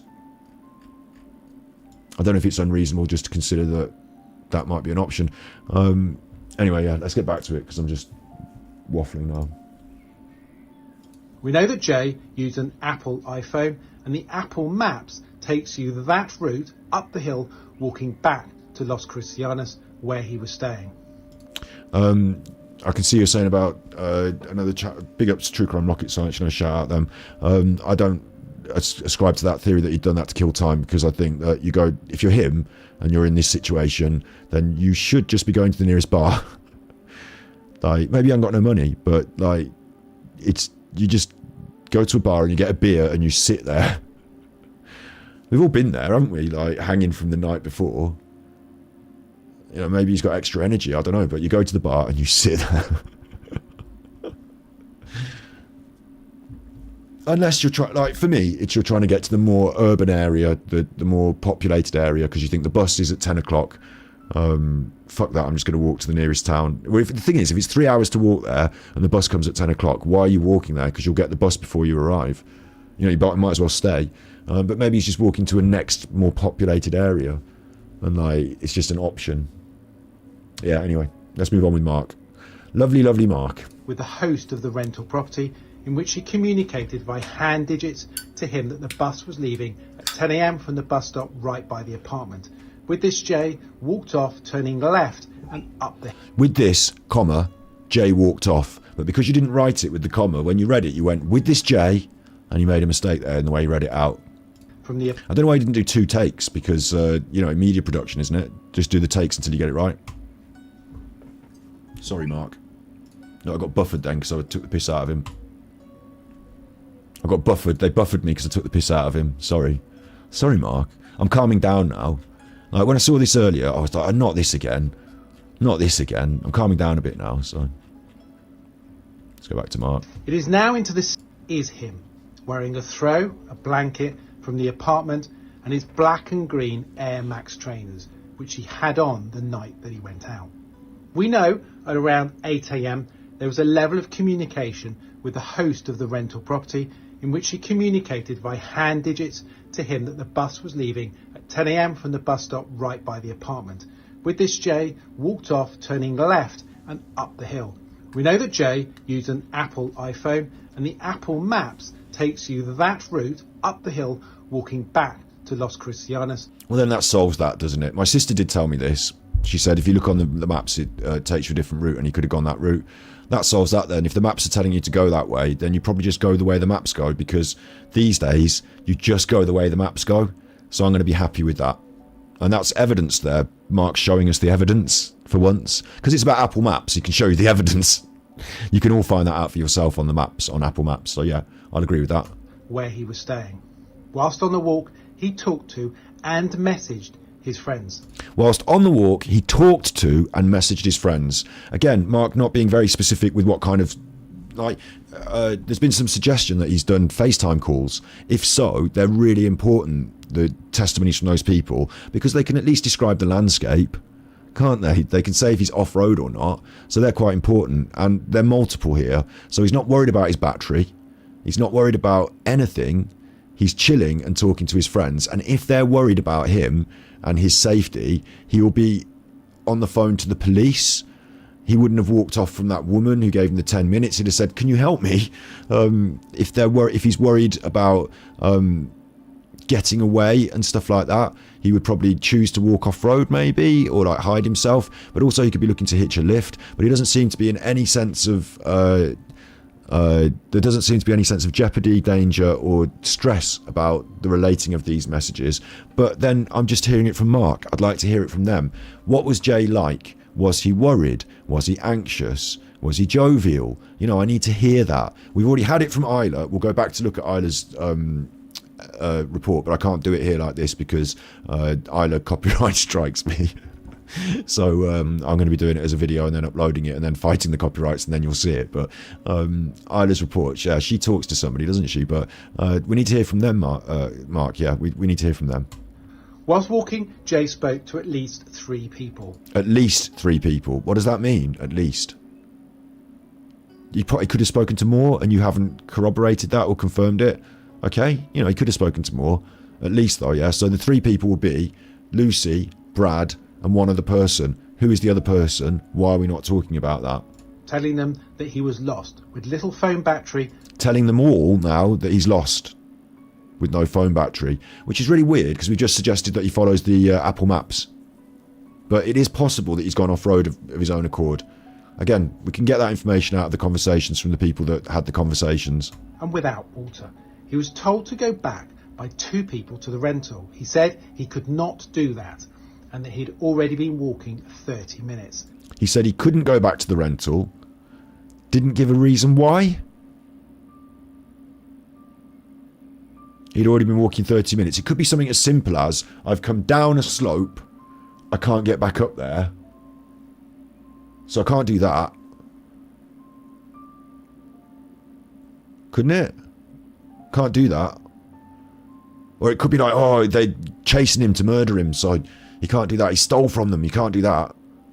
Could be that. And that's jumping to a bit of a conclusion, because as I say, he was quite happy to stand outside and smoke a cigarette earlier. Where's my screenshot of that? Yeah, well, you know, you've seen the picture of that. He's quite happy to stand outside to smoke a cigarette. He's quite happy to ask the woman about the bus. Like, he was going to take the... Imagine she said the bus comes in 5 minutes. He'd have sat and waited for the bus then, yeah?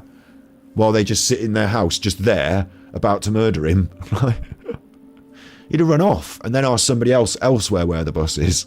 He wouldn't want to take the bus. I'm on a getaway. People are trying to murder me. They're right behind me in that house. And I'm going to sit right here at the bus then, I suppose. But that's why he didn't wait for the bus, isn't it? Because he could have spent 2 hours waiting outside for the bus. Maybe he couldn't go back in. Listen, if he'd already left, so good night. Okay, we're going to bed now. No night, Jay. Like, you know, or even just had a bit of an eggy. He didn't have to have a big row, just a bit of an eggy. Oh, all right, Jay, look, we've had enough of you now. I want to go to bed. Look, you chuffer, can you not get a taxi, right? Or just fucking get out anyway.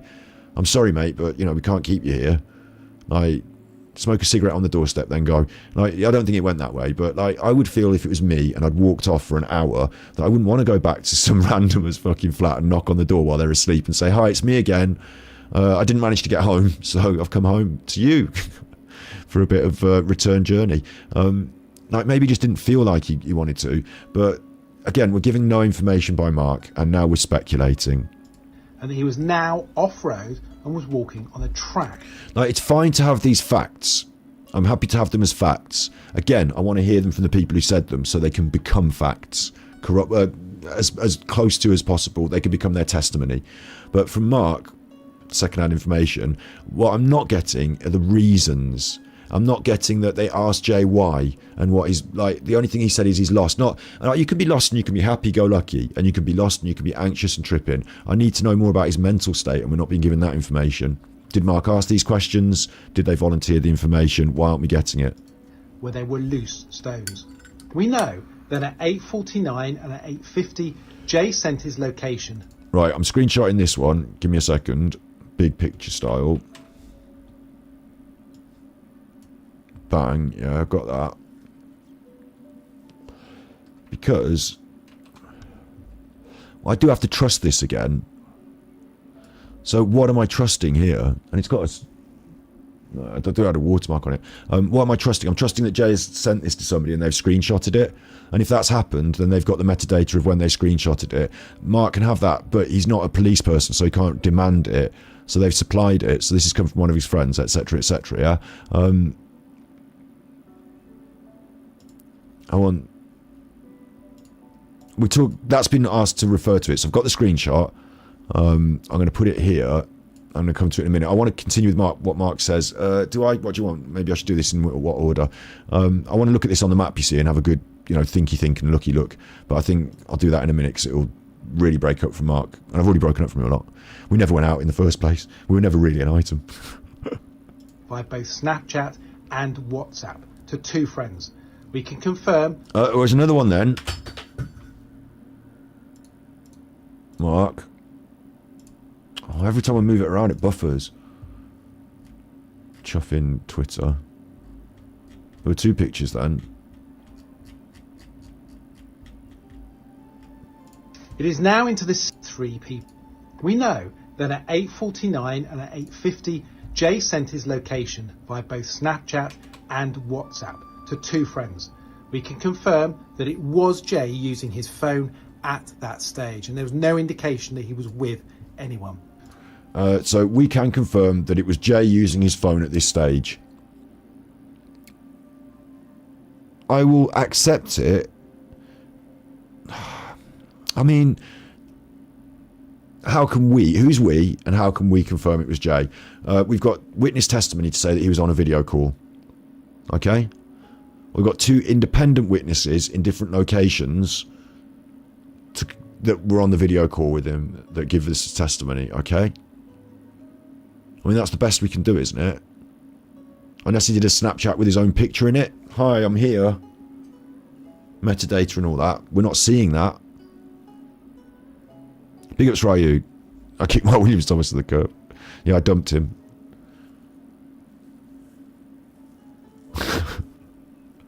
I want to look into this, the location and everything. I've seen a video where some guy says that you're in the bushes and you're not walking in the bushes. Someone's thrown the phone in there. Opinions, TikTok opinions. I think he's more reasonable than some of the others, but again, Mark Williams Thomas has told us, we've had confirmation this is definitely Jay doing this, but the confirmation is what? And why do we not get to see it? I have to just trust Mark. The location is fixed by GPS, and we've done tests in the area, and it's accurate to 5 to 10 metres. Great, your tests are accurate. You're not a science phone forensics person, so what I assume you've done is you've gone out there and said, hey, let me find my iPhone or whatever. I'll send you he's sending people his locations and they're telling him where it's come up, and he's validating it that way, your own anecdotal evidence. When you say tests, do you have a variety of different phones, handsets? Do you have different weather conditions? Have you done it at different times of day? Have you done it 100 times with each phone to make sure that it doesn't change? Have you there's so many other variables that have to go into a sort of more robust, I don't want to use the word, I don't like it, but a robust testing system. I don't know what your tests are, so please tell me what they are. Because your tests need to be documented as corroborative evidence, don't they? You can't just say, oh, I went out there and I've done it on my phone, so it was really accurate. Is it even the same handset as Jay? Does it do the same things, have the same technology? I assume so. Out of all of those questions, I assume the answer is yes, that's fairly valid. I've got another question. Do you do this, if you're doing this location, Does it happen when your phone is off? If someone throws his phone into the bushes, does it stay like that until... does he have to press the button to submit his location? I don't think so, I don't know. But is this something that he's had to do? Or is this something they can check? You know, and does it matter if his phone's on or off? Once his phone's off, does this disappear? I've got more questions, which I'm assuming social media will have. Thanks very much for fueling the fires again. The fixed point is the Barranco Joan. And also, it's worth noting that this was something that was talked about on social media before Mark talked about it. So again, he could have done his own investigation and found all this stuff out, but equally somebody else and other people on social media have done a completely different set of investigations and also found this stuff out. So without the added, like, what is Mark bringing to the table that you kind of already found out on social media, which is a bit strange because the things he's saying he's bringing to the table, the connections to family, the conversations with the witnesses, the tests he's done on this, he's not showing you any of that. Lopez hiking path. All right, this is on a Lopez hiking path. I want to rewind it, but I bet I'll get the buffering again. That it was Jay using his phone at that stage, and there was no indication that he was with anyone. The location is fixed by GPS, and we've done tests in the area, and it's accurate to 5 to 10 metres. The fixed point is the Barranco Joan Lopez hiking path, which fits the description given by the witnesses that spoke to him, stating that he was on a stony path and having walked 30 minutes from the rental apartment. From this point, no further contact is had with Jay because his phone battery dies. We've received information that would suggest that Jay left the rental property feeling scared. We'll get to that in a second. Right. Masca, up the hill, Barranco Joan Lopez, over here. Wait, sorry, I apologise, you can't see that. Masca, up the hill, Barranco Joan Lopez, over here. What the fuck?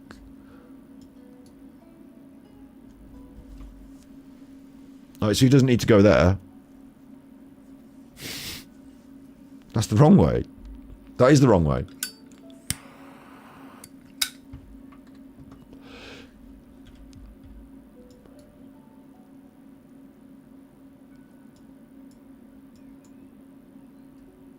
Some people have suggested he was going to this beach, I believe they've suggested.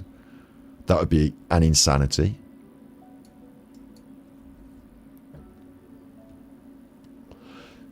This is where his phone did the data ping though, yeah?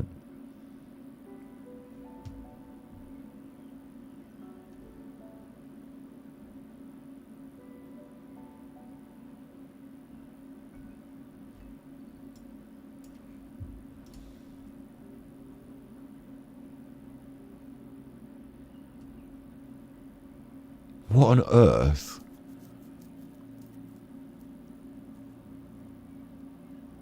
And how are you on the phone to him and he's not told you that he's decided to go off-road and go to a very different location?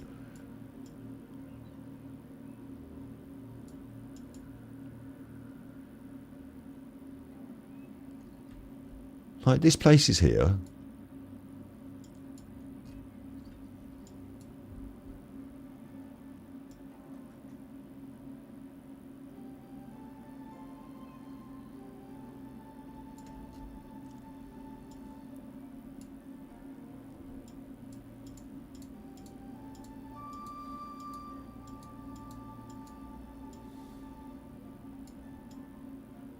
I was thinking, is it plausible that he's taken an incorrect path? Like, he'd have to take that instead of that. You know, I'm walking back and I've taken the wrong road, but no. I need to mull that over more. You can't even see the beach. There's no suggestion of there being a, you know, that's a wander off into the wilderness. You can't see the sea, you can't see the beach, you can't see nothing. It's not a shortcut to anywhere. It's like a full wander off into the wilderness. I'm a bit thrown by that, to be honest. Let's go back to Mark. We'll look at that in a minute more, but let's go back to Mark. and he would not return to the rental, I couldn't even be though happier. Admit Audacity sent tippies. Don't forget to hit the like button please tonight. Gold. Red Heart hash big ups. Scotty for President X, Super Chuffer owes 3 hugs. Thank you. And thank you if you click the like button, yeah. Thanks for doing that. This has tripped me out a little bit, that has. Let's carry on. that would have been the most sensible course of action, and also where he could have charged his phone, got some water, and made contact with friends. We continue to investigate Sorry. that it was Jay using his phone at that stage, and there was no indication that he was with anyone. The location is fixed by GPS, and we've done tests in the area, and it's accurate to 5 to 10 metres. The fixed point is the Branco Joan Lopez hiking path. I apologise for doing this one more time.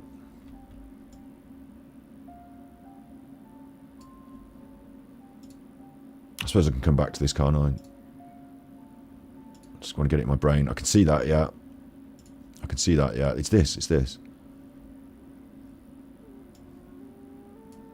We can't even sit, we can't even go on it, can we?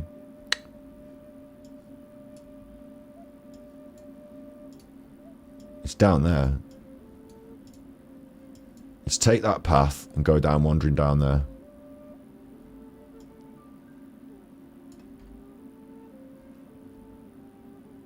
And you kind of have to, if you're walking up this, like you were saying, they were saying he was coming up this way, like he has to decide, right, I'm stopping the direction I'm going in and I'm taking a sort of U-turn down here and off into the wilderness.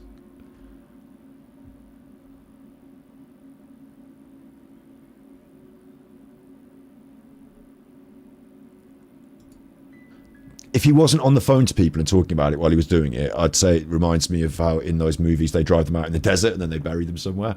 Like, make them dig their own hole. Like, what the chuff? I don't want to start a load of conjecture myself, but, like, why would you walk down there? There is a property down there, isn't there?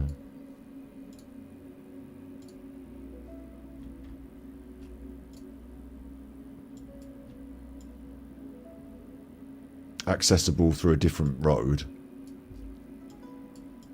There's a property here.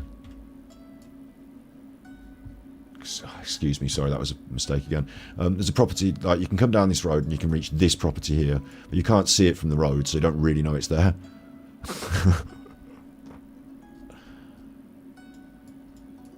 Like, and he's even walked past it for the ping anyway. There's another property there.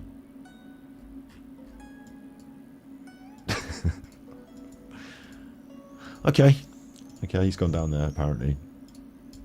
And he's talked to them while he's down there. Path which fits the description given by the witnesses that spoke to him, stating that he was on a stony path. Yeah, but everywhere fits the description. And having walked 30 minutes from the rental apartment. So if that place is about 30 minutes away. Okay, I like that as well. I mean, if you've got independent, this is the thing. If he's been speaking to the people who are all there all together, I can understand why there's questions about their, you know, could they be colluding? But if you've got, you said 3 people, I don't know who the third person is. Again, I'm having to make conjecture and fuel the fire on social media because of what Mark Williams-Thomas is seeding. From this point, no further contact is had with Jay because his phone battery dies. We've received information that would suggest that Jay left the rental property feeling scared. What information from whom and why would it suggest that? I can assume that that's not been from the Spanish lady who didn't seem to describe him being in any sense of distress. I can assume it's not from Jay himself on these Snapchats because they appear to be him just smoking a cigarette and chilling outside. So between leaving the property on the Snapchat and talking to that woman, he didn't seem to appear to be scared. He didn't make a run. Like, I mean, she said he went at a bit of a pace, actually.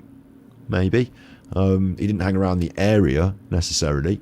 But scared of what? Whom? Why? You said that he's been talking to these people. I mean, you're saying he left the property because he was scared. Mark Williams-Thomas adds in something new that we've not had factually corroborated by anyone, and no one has brought this up until now. Like, it tires me, this does. Now he's scared. Okay, he was scared in there. He was scared. Listen, you could have a panic attack. Any reason. Scared of what? And he would not return to the rental, even though that would have been the most sensible course of action, and also where he could have charged his phone, got some water, and made contact with friends.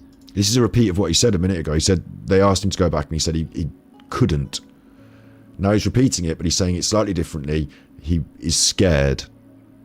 We continue to investigate this aspect. And at this point, if you're talking to him and he's down here, it's not the most sensible thing to go back to the rental property, because he's actually equidistant from Los Carriers Las, Mandela de la Masker, Sweet Home Masker, Bar Restaurant Masker. This is probably the best place for him to go, Bar Restaurant Masker, because it's a bit closer. Like, you probably wouldn't suggest to just go immediately back to the same premises.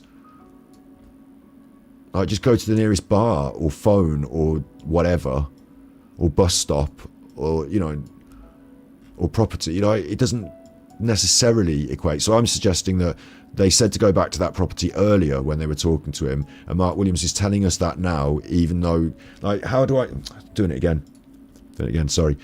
You're here on this thing, right? You're going to go to all the way back to Masker, which is now another hour away, because you've got to go all the way back. Or are you going to go to one of these places, look, which is on your route, you know, and you get picked up there. It's more likely that they would have suggested, if you're here, to not go all the way back to the rental property. So I'm saying that conversation would have taken place when he was here, and they said, go back to the rental. He said, no, I can't, you know, and all that, like, earlier on in the route, the journey. But up here, is he saying that? Of course he can't go back to the rental now. Look where he is. Like, that's a silly suggestion. And again, we're based on Mark Williams Thomas giving us incomplete information or piecemeal little bits. We have, however, ruled out hostage kidnapping situation because no credible ransom demand has been made.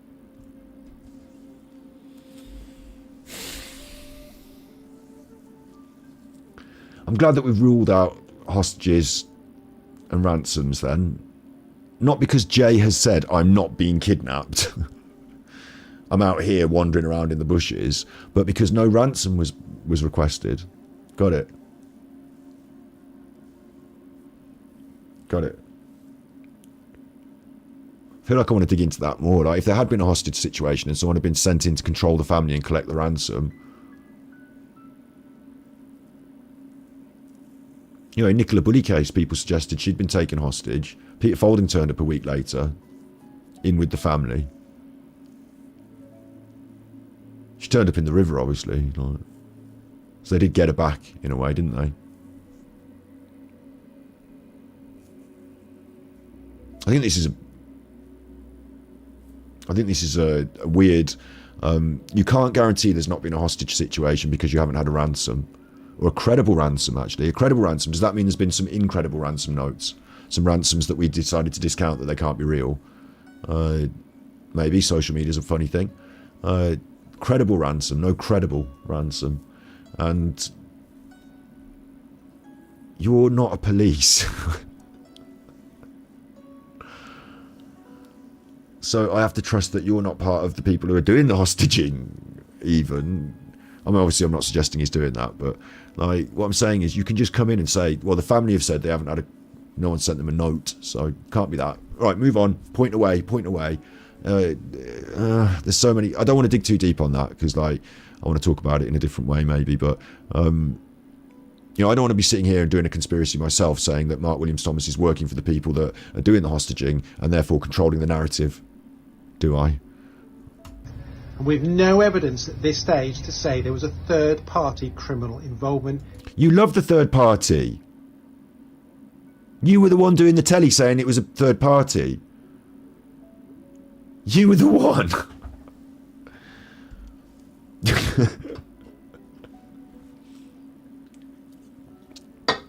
You've got third party written inside your underwear. Now there's no third party. In jail. Or no evidence. But that's the story of today, isn't it, Mark? It's just the gospel according to Mark, because at the moment everything you've said has got no evidence attached to it. You might have seen it, you might be happy with it, but we have to just believe you.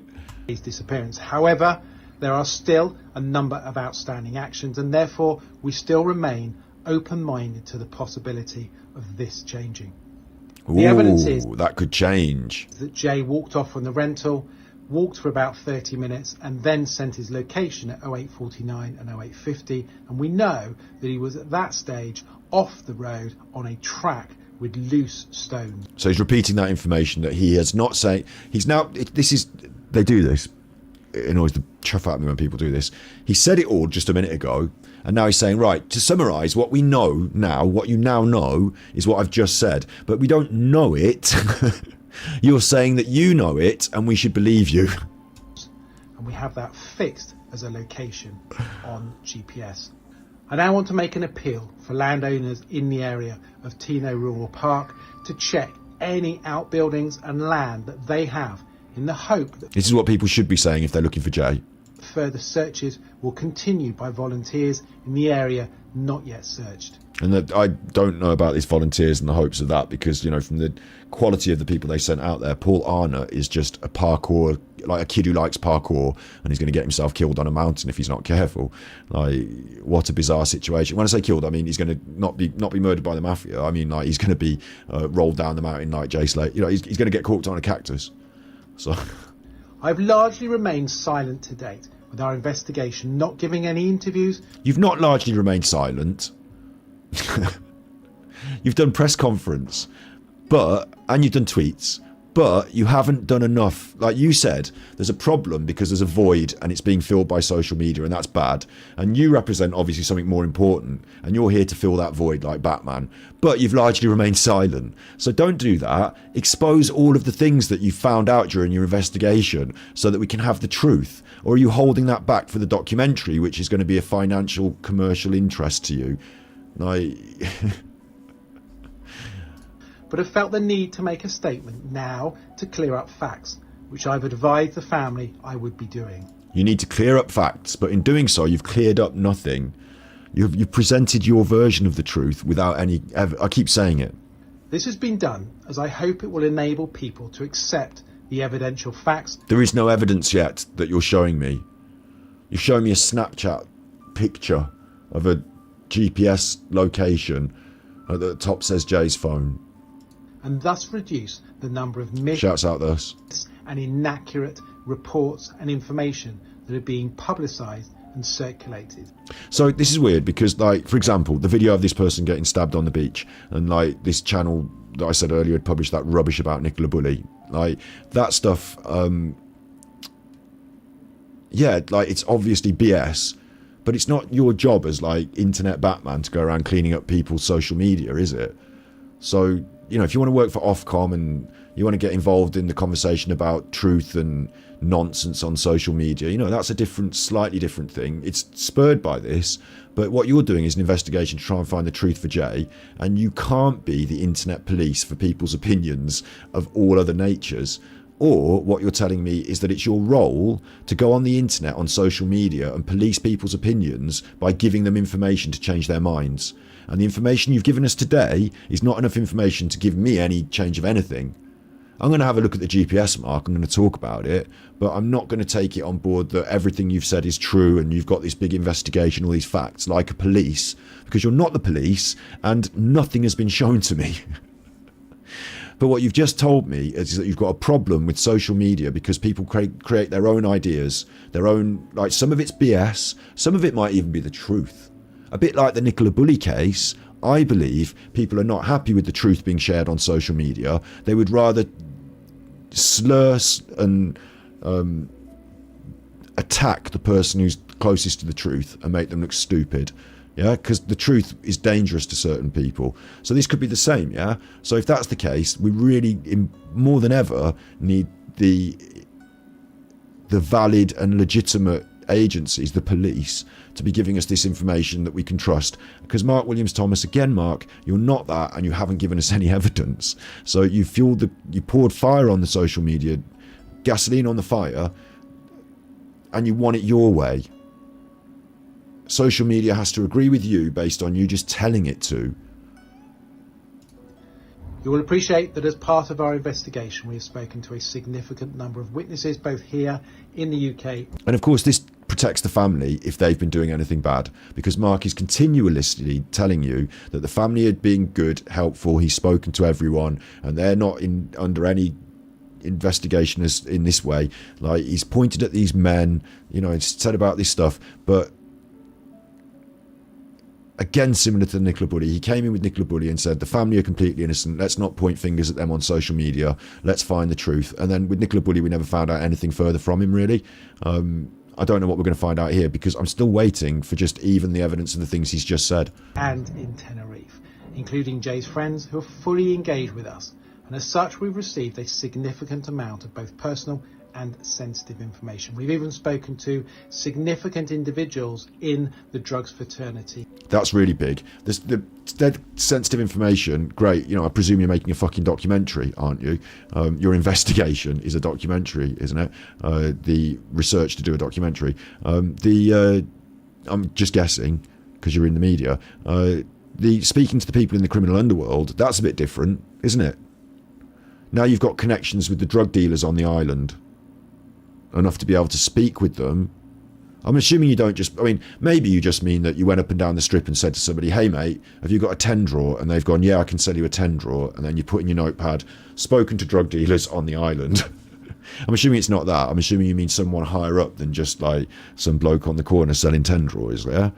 Like, how have you got the contacts to do that? Why do they want to talk to you? Sorry, Mark, we heard that you're on the island sniffing around, and we just want to make it clear we didn't do any murders. So, you know, we'll invite you to, you know, we're doing this. You former police, are you? Great, yeah. We'll tell you all about it. Do you want to come and have coffee? Like, why would they even talk to you? Oh, Mark, you're going to go out and make sure that people don't think we've done a murder. Great, okay, I'll give you a statement. Did you bring your camera? Yeah, my name's Pedro, and I'm the fucking head drug dealer on the island.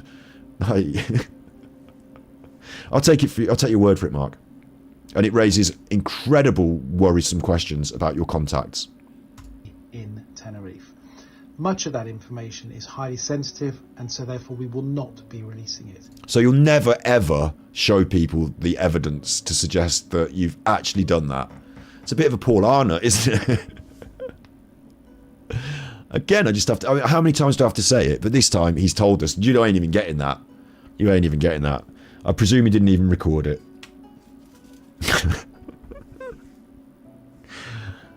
And what did they even say? He didn't even... We continue our investigation. He didn't even say what they said. He said, I've spoken to the drug dealers on the island. I'm not going to tell you what they said. To try and find out what happened to Jay. And if you have any information, please either contact the police in do contact the police. Tenerife, or you can contact us anonymously through the many forms of social media. Although, like, anonymous social media posts. Really, Mark? Are you soliciting anonymous social media posts as tip-offs now? I thought you said that sort of thing was a load of rubbish. Mark Williams-Thomas would like you to solicit him with anonymous social media posts with information. Like, his inbox will be stuffed full of crap. You don't need to have your inbox stuffed full of it. You can just search Twitter. Like, you know, like, what are you saying? Please send me anonymous nonsense on social media. But at the same time, I'd like to dampen down the social media response and all the nonsense. Or through our hotline. Your hotline. Get on Mark's hotline. 0898 Marky. Thank you. Thank you. No, thank you, Mark. Thank you. Such a great guy. There's the hotline number if you want to call them up. Like, such a great guy. Or if you want to give him an anonymous TikTok. I won't be able to contact him because he's blocked me, but what a guy. Next to Peter Folding, he's the next. It goes Peter Folding, Jesus, Mark. No, wait. Jesus first. Peter, Saint Peter, Saint Mark, doesn't it? In that order. What a guy. What a great guy. So social media has been exploding with it, yeah? Exploding. I exploded in my pants on social media. Well, cactuses for that. Way. let's have a look. I promised you I would. I'm already tired of this now. Apple Maps suggests the walk as a hiking trail. The route crosses the main road. It goes past a bus stop.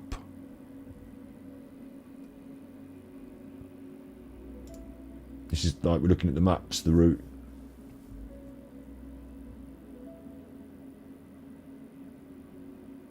Like, I can't get my head around that myself.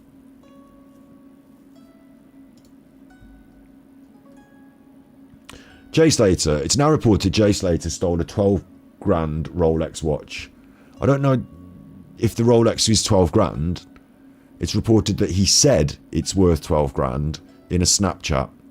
So this, we've got to be careful. It's reported by Mark Williams Thomas that there was a Snapchat in which Jay said he'd stolen a watch that was 12 grand. And the implication from his friends talking about it is that they didn't believe him. He was scared and fled. Fled the beach, though, because he sent the Snapchat from the car on the way to the mountains. Yeah. Come on, clickies. Why is this only being said now? I agree with that. Why did the friends never mention this? I agree with that. Apparently they did. To each other. Now, I don't know how many friends there are. If the police are asking questions, do you agree to lie to the police? As a group of friends? How do you do that? If it's been Snapchatted and you go and lie to the police, then won't the police see the Snapchat? Again, is the Snapchat deleted after it's gone? Has anyone got a copy of it? Would you choose to lie to the police? I mean, people do stupid things when they're young, but it seems like none of that really adds up enough. Why did they keep this crucial information from the police? I don't know if they did. And they're mentioning the two British men that was with him. They are now mentioning the two British men releasing photos. So we're going to come to that. Like, I don't want to put this man's photo out on the internet a lot. You can see it a little bit there because it's on this Twitter. Okay. They've released an image of a man, and as far as I can see, that's all you can find on the internet about him. You can't find any other pictures of that man. And the name is like quite a common or uncommon name that isn't leading to anywhere. So social media has yet to sleuth him up.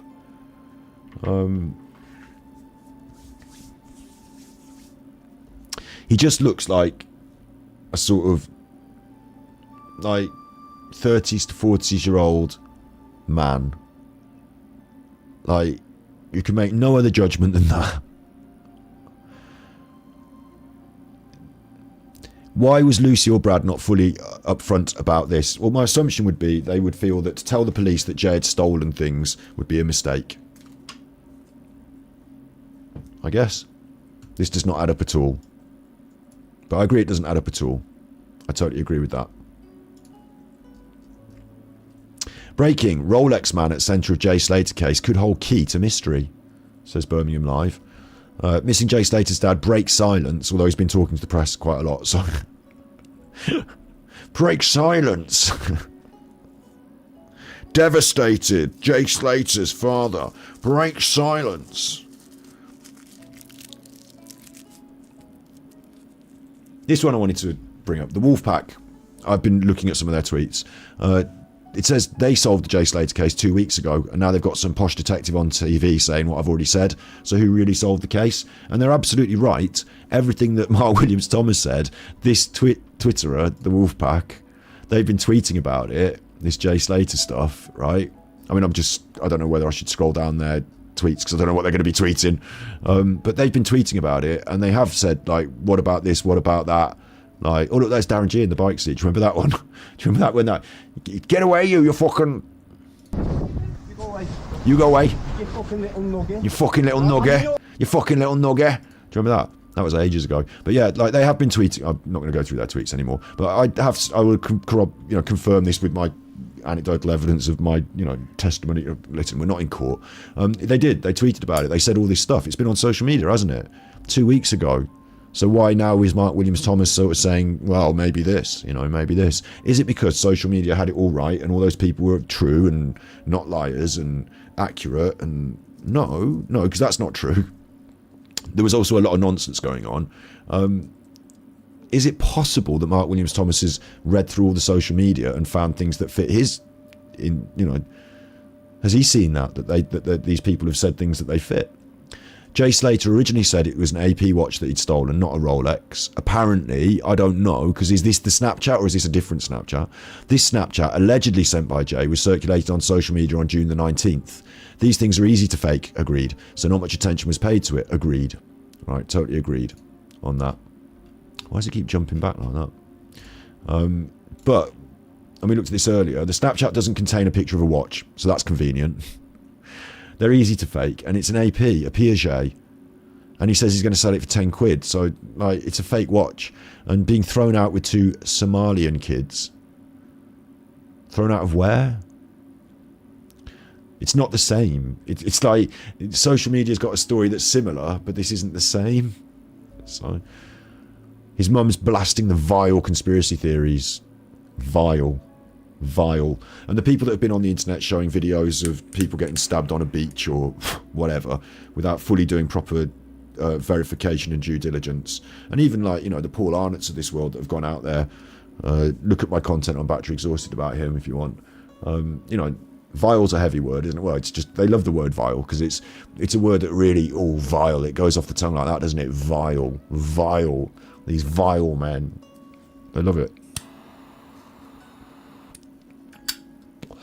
But the conspiracy theorists on the internet are not vile. Grow up. Maybe the answer was staring them in the face all along. Martin Debaney asks missing persons expert Mike Neville about the search for Jay Slater, as he's just another person talking about it on the internet, and they're publishing that picture of that man because the racist angle, GB News, big for them. Like, we've got the Birmingham Mail again. The police rule out kidnap or hostage and explain the reason. So look at that.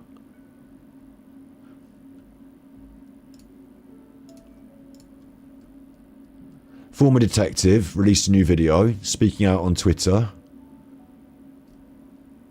Mark helped the hunt for Nicola Bulley. Also, a number of people making vile threats and ransom demands. All checked out, have no credibility, Mark said. Being a family and friends at the centre of a massive story like this has attracted worldwide media attention. That's not exactly the way he said it, is it? Are they reporting something different?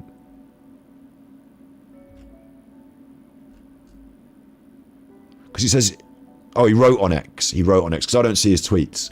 So much fake content has been created in the Jay Slater case. Mocked up chat messages and pics. It's a very different world we live in today with social media and online detectives. Okay, well, we all agree with that, yeah? Mark, who helped in the hunt for Nicola Bulley, said, overwhelming response from people has been very positive, people just wanting to help, even though most have no direct information, just what they've read, seen or think. Poo-pooing you, like he's got direct information. Also, a number of people making vile threats, there's that word again, and ransom demands, all checked out and have no credibility. Mark continued saying, being a family and friends at the centre of a massive story like this, or being a member of the family and friends, which has attracted worldwide media public attention again, worldwide this one again, although they don't care in Canada, brings with it many more new challenges, so defending the family. He said, it's now like, could you imagine, right, if they took that money and actually gave it to someone for the ransom, and the people didn't want them to know it was a ransom, so they said, if you tell the press it's a ransom, we'll kill him. Then maybe Mark might say in the press, it's not a ransom. Feels like one of them films. He said, it's now into the 16th day. In that time, his disappearance has attracted worldwide media attention. He's again promoting the idea that it's worldwide media attention, being as he's in the media. Overwhelmingly, people are fascinated. This was off the Twitter, yeah. Overwhelmingly. But the headline was that the police ruled out the thing. They didn't say the police had ruled it out, though, did it? It said Mark Williams Thomas had said that it got ruled out. So, Jay Slater police question Tenerife drugs fraternity. Mark Williams Thomas claims he spoke with many people. Did the police do this? A drugs fraternity on Tenerife has spoken in a bid to find out where Jay Slater is. The former British detective, Mark Williams-Thomas, claims he spoke with many people. Among them, he said, significant members in the drugs fraternity. You will appreciate that as part of our investigation, we've spoken to a significant number of witnesses here in the UK and Tenerife, including his friends who are fully engaged with us. As such, we've received significant amount of both personal and sensitive information. This is what he just said in the thing. They're repeating a tweet. The tweet video. We've spoken to significant individuals in the drugs fraternity in Tenerife. Where does the police say it? When Spanish police, were focused on searching rugged terrain, there were no stories of full forensic examinations going on at any premises or vehicles, but they might have done them, but you didn't see it. You would expect this is a similar case in Britain. We've seen none of that. So this is just gossip now again. If reports are true that officers were seen leaving an Airbnb and removing forensic overshoes, that's worrying. But just because they were seen wearing forensic overshoes doesn't mean that they were doing forensic tests, does it? Why is everyone just jumping to all these conclusions? The truth is, Jay Slater's police question Tenerife drugs fraternity is not a realistic headline, and forensic tests is not a realistic headline, unless the police said it. I like this one. Blank Faces highlighted this. If you're still out there, can you give Paul some advice? He's posting several times a day and announcing his vulnerability. So naive. No press around to keep an eye on him. Lost his phone and his apartment keys. Broke his glasses. The owner of the apartment's going on holiday for 2 weeks. Mark Williams-Thomas replied, I've tried to reach out to him a number of times, but he's not made himself... I've tried to reach out to him a number of times, but he's not made contact. And clearly, for whatever reason, he wants to do things alone. So that's bad as well, isn't it? That's weird and bad. I don't like that. Have you tried to reach out to him a number of times? Why a number of times? And why doesn't he answer your calls? That's really fucking weird. And he wants to do things alone. There you go. At least we've got some, some lowdown from the high ground, some word from the horse's mouth. So that's my little roundup of the, media response, is that it's turned into nonsense immediately. The only thing that we've got that's new, that we're going to be able to focus on, I say we, the social media conversation is going to focus on, is this area, this ping, this GPS, this guarantee that that's where he is, and his motivations for being there. Everything else, and we're going on that based on this being... We're now saying that this is credible evidence because Mark Williams-Thomas said it is. He's gone on social media, he's looked at what everyone said, it's all rubbish. He's had to look at it to confirm that it's rubbish, yeah? And he's picked out a couple of things that aren't rubbish, because as we've said, these have been published elsewhere on social media in different ways before. So he's gone on the ones that aren't rubbish, and he said these ones are actually true, so there you go on that. And if you want to do a super sleuthing episode, now what you've got to do is you've got to decide why he's walking down this path. But there's been no ransom, there's been no... We've even talked to the cartels on the island. There's been no drugs gangs involved. You can trust me because I've spoken to the drugs gangs and his parents. The money's not going to the drugs gangs. It's not. Okay? I told you the other day, this is me doing Mark Williams-Thomas. This is me doing Mark Williams-Thomas. You, me. I'll be Mark Williams-Thomas. Yeah, you can be Mark Williams-Thomas. I don't want to be Mark Williams-Thomas. You're so jealous of Mark Williams-Thomas because you want to be Mark Williams-Thomas. I don't want to be Mark Williams-Thomas. You do want to be Mark Williams-Thomas. You'd go out to Tenerife if only you could get some weed. I think you can get it out there. Yeah, but you have to be a member of a club and you're not guaranteed it. And you won't go anywhere without your weed. Why are you being mean to me? I'm supposed to be the mean one. Got me there. You won't go anywhere without your weed. Shut up, you. Right. Mark Williams-Thomas says... What are we doing now? I forgot. Not much good of a detective then, are you? You're supposed to be the nice one. We've got to just accept this is the truth because Mark Williams-Thomas said it is. There's a picture of a Snapchat of a location and it says Jay, and Jay doesn't have a profile avatar or anything like that. So legitimately, like, I could go out there with a Snapchat tomorrow and make that image. And Mark Williams-Thomas said we've got to be really careful on the internet because images can be faked. So I'm a bit worried about that. Shouts out in chat. Wait. Shouts out in chat. I'm missing the BCTV. Big ups. Shouts out for your membership. Do you want some buttons? Let's get BCT some, but BCTV, long time super chuffer jet. Let's get you some buttons on the go. Let's get you some buttons on the go. Come on. Now hold on, Lorraine. And I've got a button here that I like. Super chuffer, super chuffer, super chuffer, super chuffer, super chuffer, super chuffer, super chuffer. Follow ladies. I want ladies. Super ladies. 하나, 둘, 셋. Let go and feel less. We came to take one. Big ups. Thank you. Yeah. This is in no way proof it's Jay. It's in no way proof it's Jay. As Mark said, you can fake a picture like this within minutes on the internet. On top of that, there would be metadata surrounding it. Mark has no way to validate that, being not a forensics IT expert and not being a real police. I'm assuming someone would have shown on their phone him, like, look, this is what he showed. Look, this is the Snapchat I've got. And he'd be like, can you send me that Snapchat? Can you send me that Snapchat? That's probably the best he's got, isn't it? So I trust that that's what's happened, and I trust the truth according to Mark, you know, the gospel according to Mark. I trust that that's what's happened, yeah? And that's the best I've got, is to trust Mark. What a world we live in. I'm glad the police are out there doing an investigation too. I'm sure this will fuel the fire for social media now for the next few days until the next thing comes out about it. Because I thought that after the police decided to discontinue the search and move into a more investigative phase. The police in Spain have got different routine, so they have to announce to a judge that, like, they've done the search and that this and that. And I think, you know, the open investigation, whatever you might want to think of it, I was thinking that what would happen is it would go quiet now for a bit, and that would lead to a quietening down on social media. I just, you know, assumed that. But unfortunately, or fortunately, I don't know, maybe it's not unfortunate. They want to find Jay. I suppose, unfortunately, you know, sad as it is, being brutally honest about it, is sad. You know, Cactus is in chat, but he is dead, isn't he? So, like, that's sad. They want to find his body and his bones and, you know, maybe the expensive Rolex that he's got. I'm surprised if this is another aspect. If there's a 12 grand Rolex or a big bag of drugs in the desert, why don't we all go on holiday and find a Rolex? I won't tell you I found Jay, I'll just find the Rolex and just keep quiet. No, like, if you found it, you'd have to turn it in, wouldn't you? But is there now not an incentive for loads of people to scour the land? Because there's 12 grand on someone's dead wrist. But yeah, it is sad that he's dead and everything, but I don't think raising his profile on social media will actually find him. If this is the assumption, if you're saying his last ping is there, like, how is going on social media going to find him?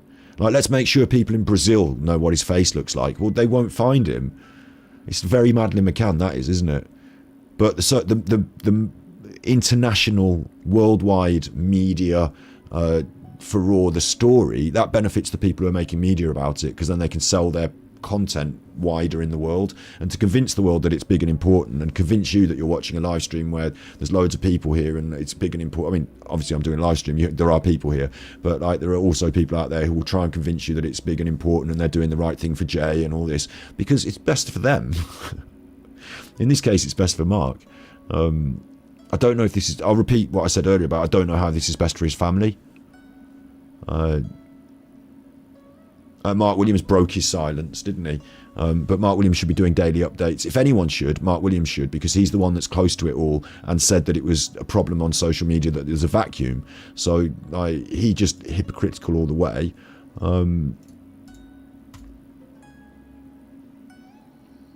Yeah, I guess that's that, isn't it? I mean, am I now going to end up just repeating and drivelling about? What I'm concerned with is, did I give enough attention to this because I had a super chat at Tippy that said, can you look at this?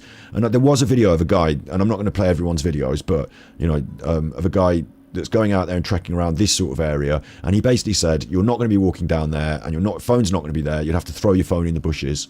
You know, that was his determination of it.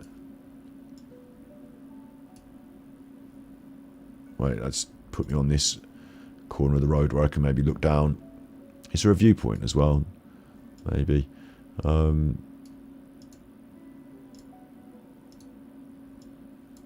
Like, we're suggesting that he's in this terrain down here.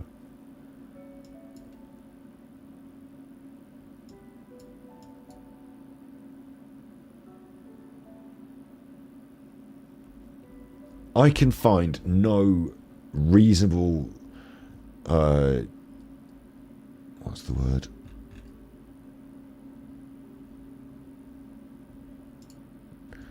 I can find no reasonable explanation why he would choose to walk down there. On the other hand, he's made a load of decisions that I wouldn't have made. I'm not trying to be mean about him, yeah? 1 cactus equals 1 like equals 1 heart equals 1 search equals 1 prayer, yeah? So can I get your cactuses in chat, please? 1 cactus equals 1 like equals 1 search equals 1 prayer. But, like, right, I don't think he's the smartest person in the world in terms of making decisions. Because a few of his decisions seem a little bit like, well, wow, I wouldn't be doing that. Maybe this is just one of them. There is a farm in there somewhere, yeah. Like, unless you know you're going there, though. Like, you can't see it. And you're not like, oh, I'm really tired and thirsty. There's a farm down there. I'll go immediately there for a drink. Maybe you are. Maybe you are. You know, I've lost my battery now, so I need to go to the next available property wherever I see it.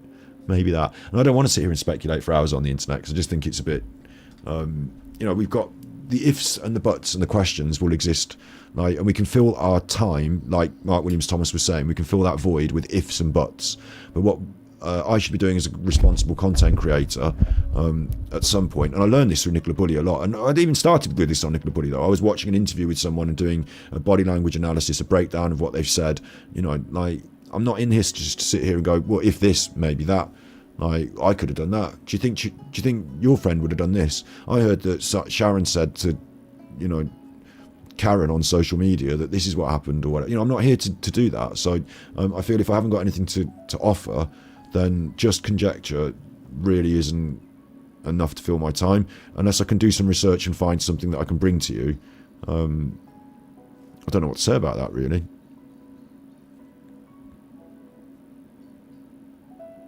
You're surprised after what he did he was able to stay awake?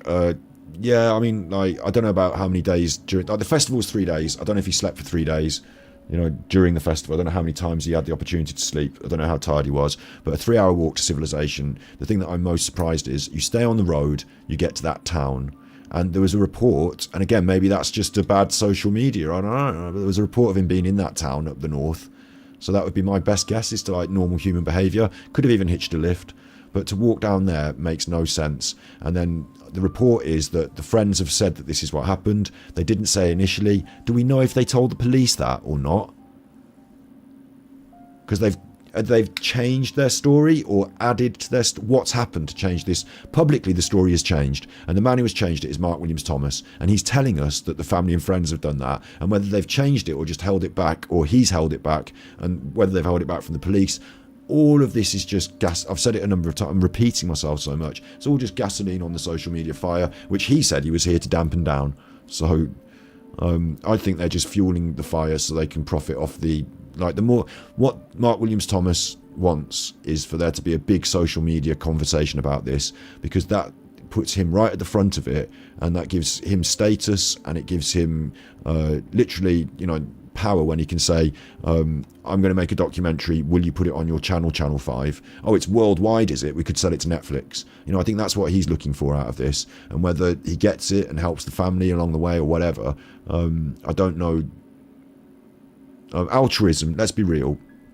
Are any of you going to go and fly out to a foreign country just to help Jay Slater's mom? Because you don't even know her. Maybe Mark's just rich, you know, like Peter Folding, and he's just got the time on his hands. Let's just be real about everything, eh? Was the Rolex proved to be fake? Big ups, Wookie Boss. I'm just taking chat now for a little bit if you want. Like, I'm chit-chatting to you, chuffers, if you want. Was the Rolex proved to be fake? No, but if someone told, like, okay, you're Jay Slater's mate, you're in Tenerife, and he's called you up and said he's got a 12 grand watch. Like, do you think it's real? I've talked about it earlier, so I don't need to repeat myself too much on that, but who is going around in a 12 grand Rolex? Who's losing it? Who's not reporting it to the police?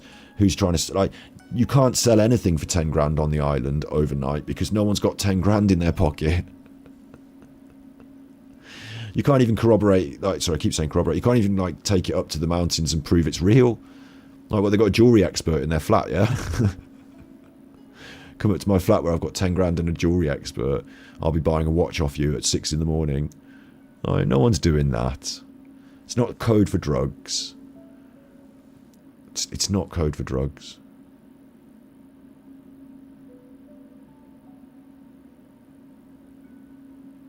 Unless it's one tablet. Hang on. It could be code for drugs if it was one ecstasy tablet. I've stole a Rolex off someone, as in one tablet, and I'm going to sell it to somebody for a tenner. It could be one tablet. I'll accept that. It could be one Rolex, like he's saying, I've stolen a Mitzi off someone. I'm going to sell it for a tenner. That could be true.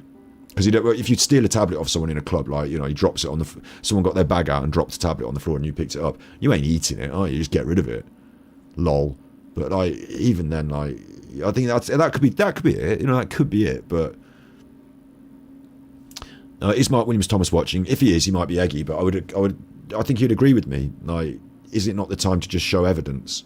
And if you're reserving it for a documentary, tell us that's why you're reserving it, and stop pretending that it's just like some crusade like Peter Folding does. No one's buying it, so just be real with everyone.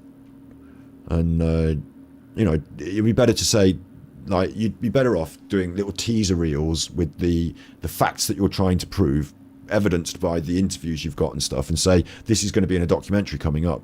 Like, that actually be better off for you than pretending that it exists but you can't see it. But I'm not gonna... There's stuff about I've spoken to the criminals and I'm not going to tell you about it. I'm never going to show you. That's bizarre as well, because that doesn't cut it.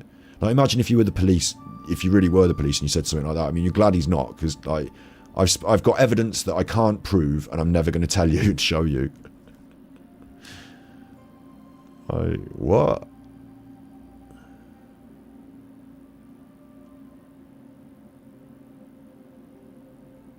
What? Paul Arnott, yeah, we've had a good look at that. Blank Faces did a really good job on it. I'll shout them out again. And check out Battery Exhaust, where I've been looking at him. I'll be looking about him more, yeah. Completely debunked as an expert, absolutely.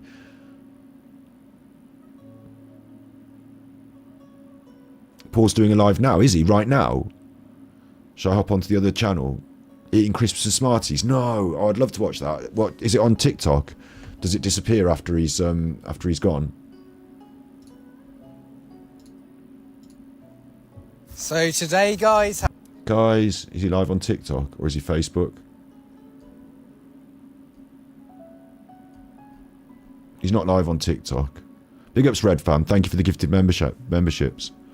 So I should be more hype about that. I've come to the end of the episode. I'm quite tired now. Thank you very much for that. Thank you. I want to get you a button. A different button than the one I've just been pressing, but a positive one. I've got loads of positive buttons.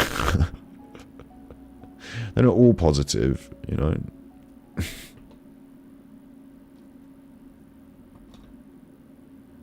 I've got to keep that man off it as well. oh, what are you on your... Not that one. This one's funnest, I hear you're a racist now, father. but not but not appropriate. What are we gonna do? We got a big problem. I can't take it anymore. Because you'd be in jail. Thank you very much. Thank you very much. It's not on. He might be on Facebook, maybe. It's not on the TikTok. But did the Facebook Live stay up? It's been recorded. Oh, okay, brilliant. I'll chill. Because I don't want to be jumping on, like, feeling like I'm having to. Like, one of the things that I'm concerned with as well, and this is one for the content creators out there especially, is that our position is. I'm literally a react to content, yeah, but they say jump, you say how high. Your brain dead, you got a fucking bullet in your head. Dun dun dun. Just victims of the in-house drive-by. Dun dun dun dun. They say jump, you say how high. So like the idea that Mark Williams Thomas can come out and put 50p in the jukebox and everyone starts dancing, or pull my puppet strings and I start coming on and ranting. I'm aware of it. You know, I did say it a couple of times, like, I'd encourage us all to step back and be a bit more cute on this one, and just to be careful about reacting quickly. I know that, like, some channels make their living off that, and I'm not averse to it, And this is not me making a list of other channels that I'm poo-pooing, you know, like, but you know, out there on YouTube in general, and I do it too. I, you know, want to be quick on the off the blocks with a new thing, first one to say it maybe or whatever. I'm first, but ultimately, no, that's not always the most prudent thing to do, and it can actually come back to bite you. So this is definitely, for me, there's an alarm bells ringing situation where I feel that if I take the bait and jump on everything that's said by Mark Williams Thomas in the order and times, in the timely fashion that he's saying it, then I'm part of that social media, and I am part of that social media furore that he's pouring the gasoline onto and creating the response from. So I'd say a measured response is much more important than a desperate or immediate response in this case. I think that's important as well. We should be able to look at that Down the Rapids guy on this channel, but I won't do it because I just don't think he's good enough to come onto this channel.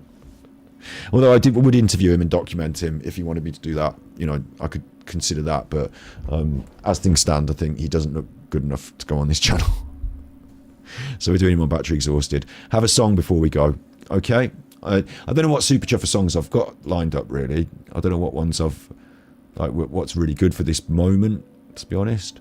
I'll have a look at my library. It's a good suggestion. I might as well wrap it up now. And I've said a lot, and there's a lot to think about. And I have got, listen, I have got more things to say as well. How long have we been going? 3 hours, yeah. Listen, I've got, and stick around when I say the last things as well. Don't just go now, you chuffer.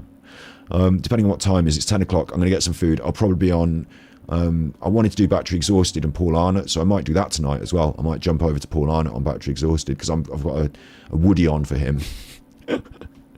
But I've got more to say on a lot of this, and I've been compiling it as a video. I've been trying to write a script. That's fallen by the wayside now that the media circus has really started up, and I've had to be more reactionary, and I don't like it as much. And I think the really key points, the really important points, I've reserved from saying certain things, because I think with a bit more research and a bit more nuance, you can actually say some really important stuff here. So I've reserved from saying it, and it's starting to spiral out into this. So do expect more from me, maybe, on this. Obviously, intermittent service will be resumed, and Steve is coming back from his back operation. We're in talks about how we're going to proceed with content at the moment while he's still got a bit of a back issue. He's not got a back issue, he's recovering, and it's the recovery that's so important. So sitting down and doing a 3-hour episode for us is not on the cards. In front of the camera, sitting down with his chair and his picture board behind him is not on the cards for the near-ish future, but we're still working on getting content together for you soon. So, you know, just chill, take things steady, don't worry. But yeah, I believe there'll be more about this as well. But what I've got to say about it, I don't know, and how and when it's going to be said. Tell you for why is because the way that this, this train ain't stopping, baby. Do you know what I mean? Like, I feel like I want 2 days off, 3 days off to sit in an Airbnb myself and write things and think about them. We'll maybe get that later. But things are moving very quickly, and I think that's part of it as well, is that it doesn't give you time to think, and it doesn't give you time to sit back, and it doesn't give you time to be cute, because the next thing's happening, and it fuels that social media desperation that you have to immediately respond to and reply to. And Mark Williams Thomas has timed his release of whatever he's done, whether you call it information, I don't know if you call that information, he's timed that to keep that momentum moving, and I think you'll see more of that now. I assumed this would I did assume that because you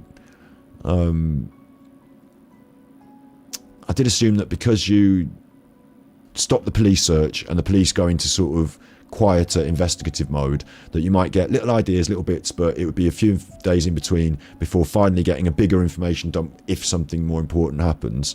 But instead it's going to be different to that. I was wrong to assume that, I was pretty wrong to assume that.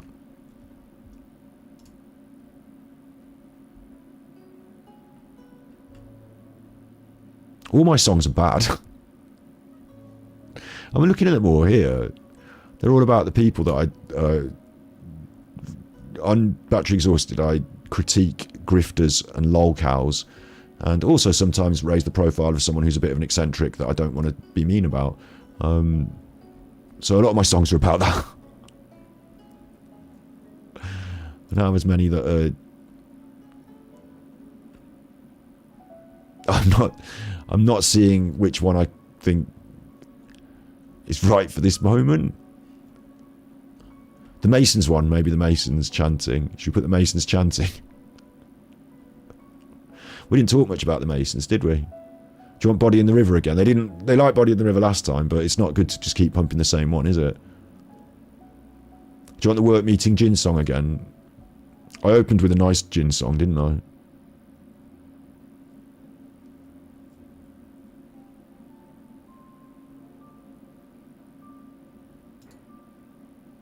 What's this one?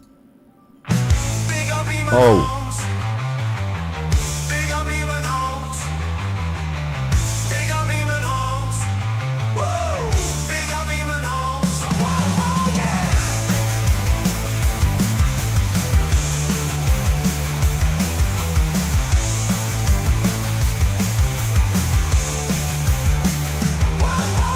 Big up Eamon Holmes.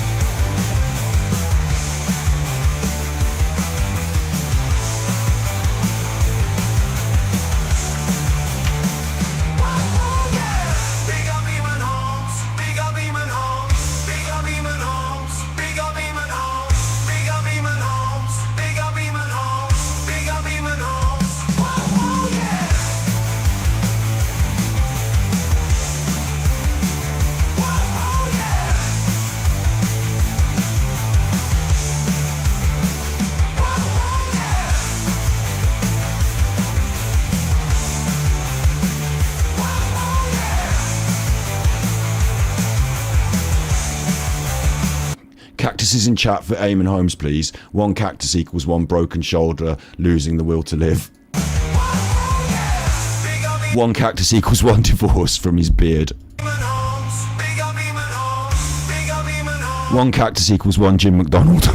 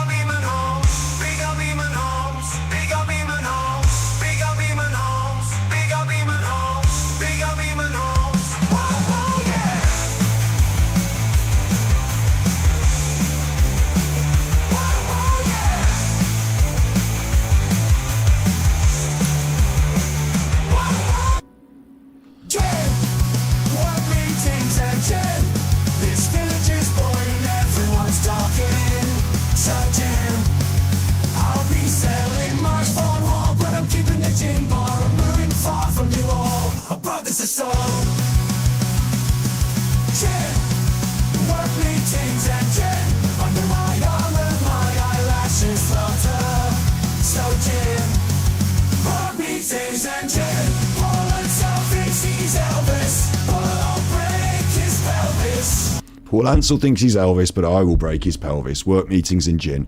You've been watching Super Chuffer. If you're new here, then you haven't subscribed, then basically, like, what? What? Did you not wipe your feet on the way in either? Christ. Sorry, blaspheming there. Sorry. Shouts out to Jesus. The subscription's free. You just press a button and it's a free subscribe, and then you've got other channels down here that I do that you can look at. So that's also things that you can fill your eyes that go in your head.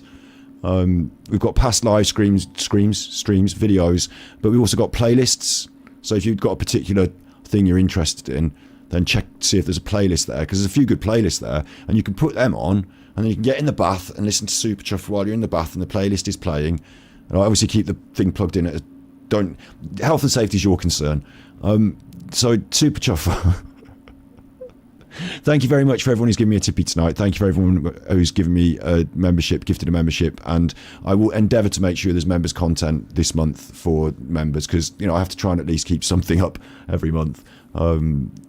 No, I will endeavour to do more, and it is normally a bit of a lull over summer, but we intend to come back very strong through the autumn winter months. So we ain't going nowhere. I ain't going nowhere. I ain't going, in a good way though. Meaning that I'm staying.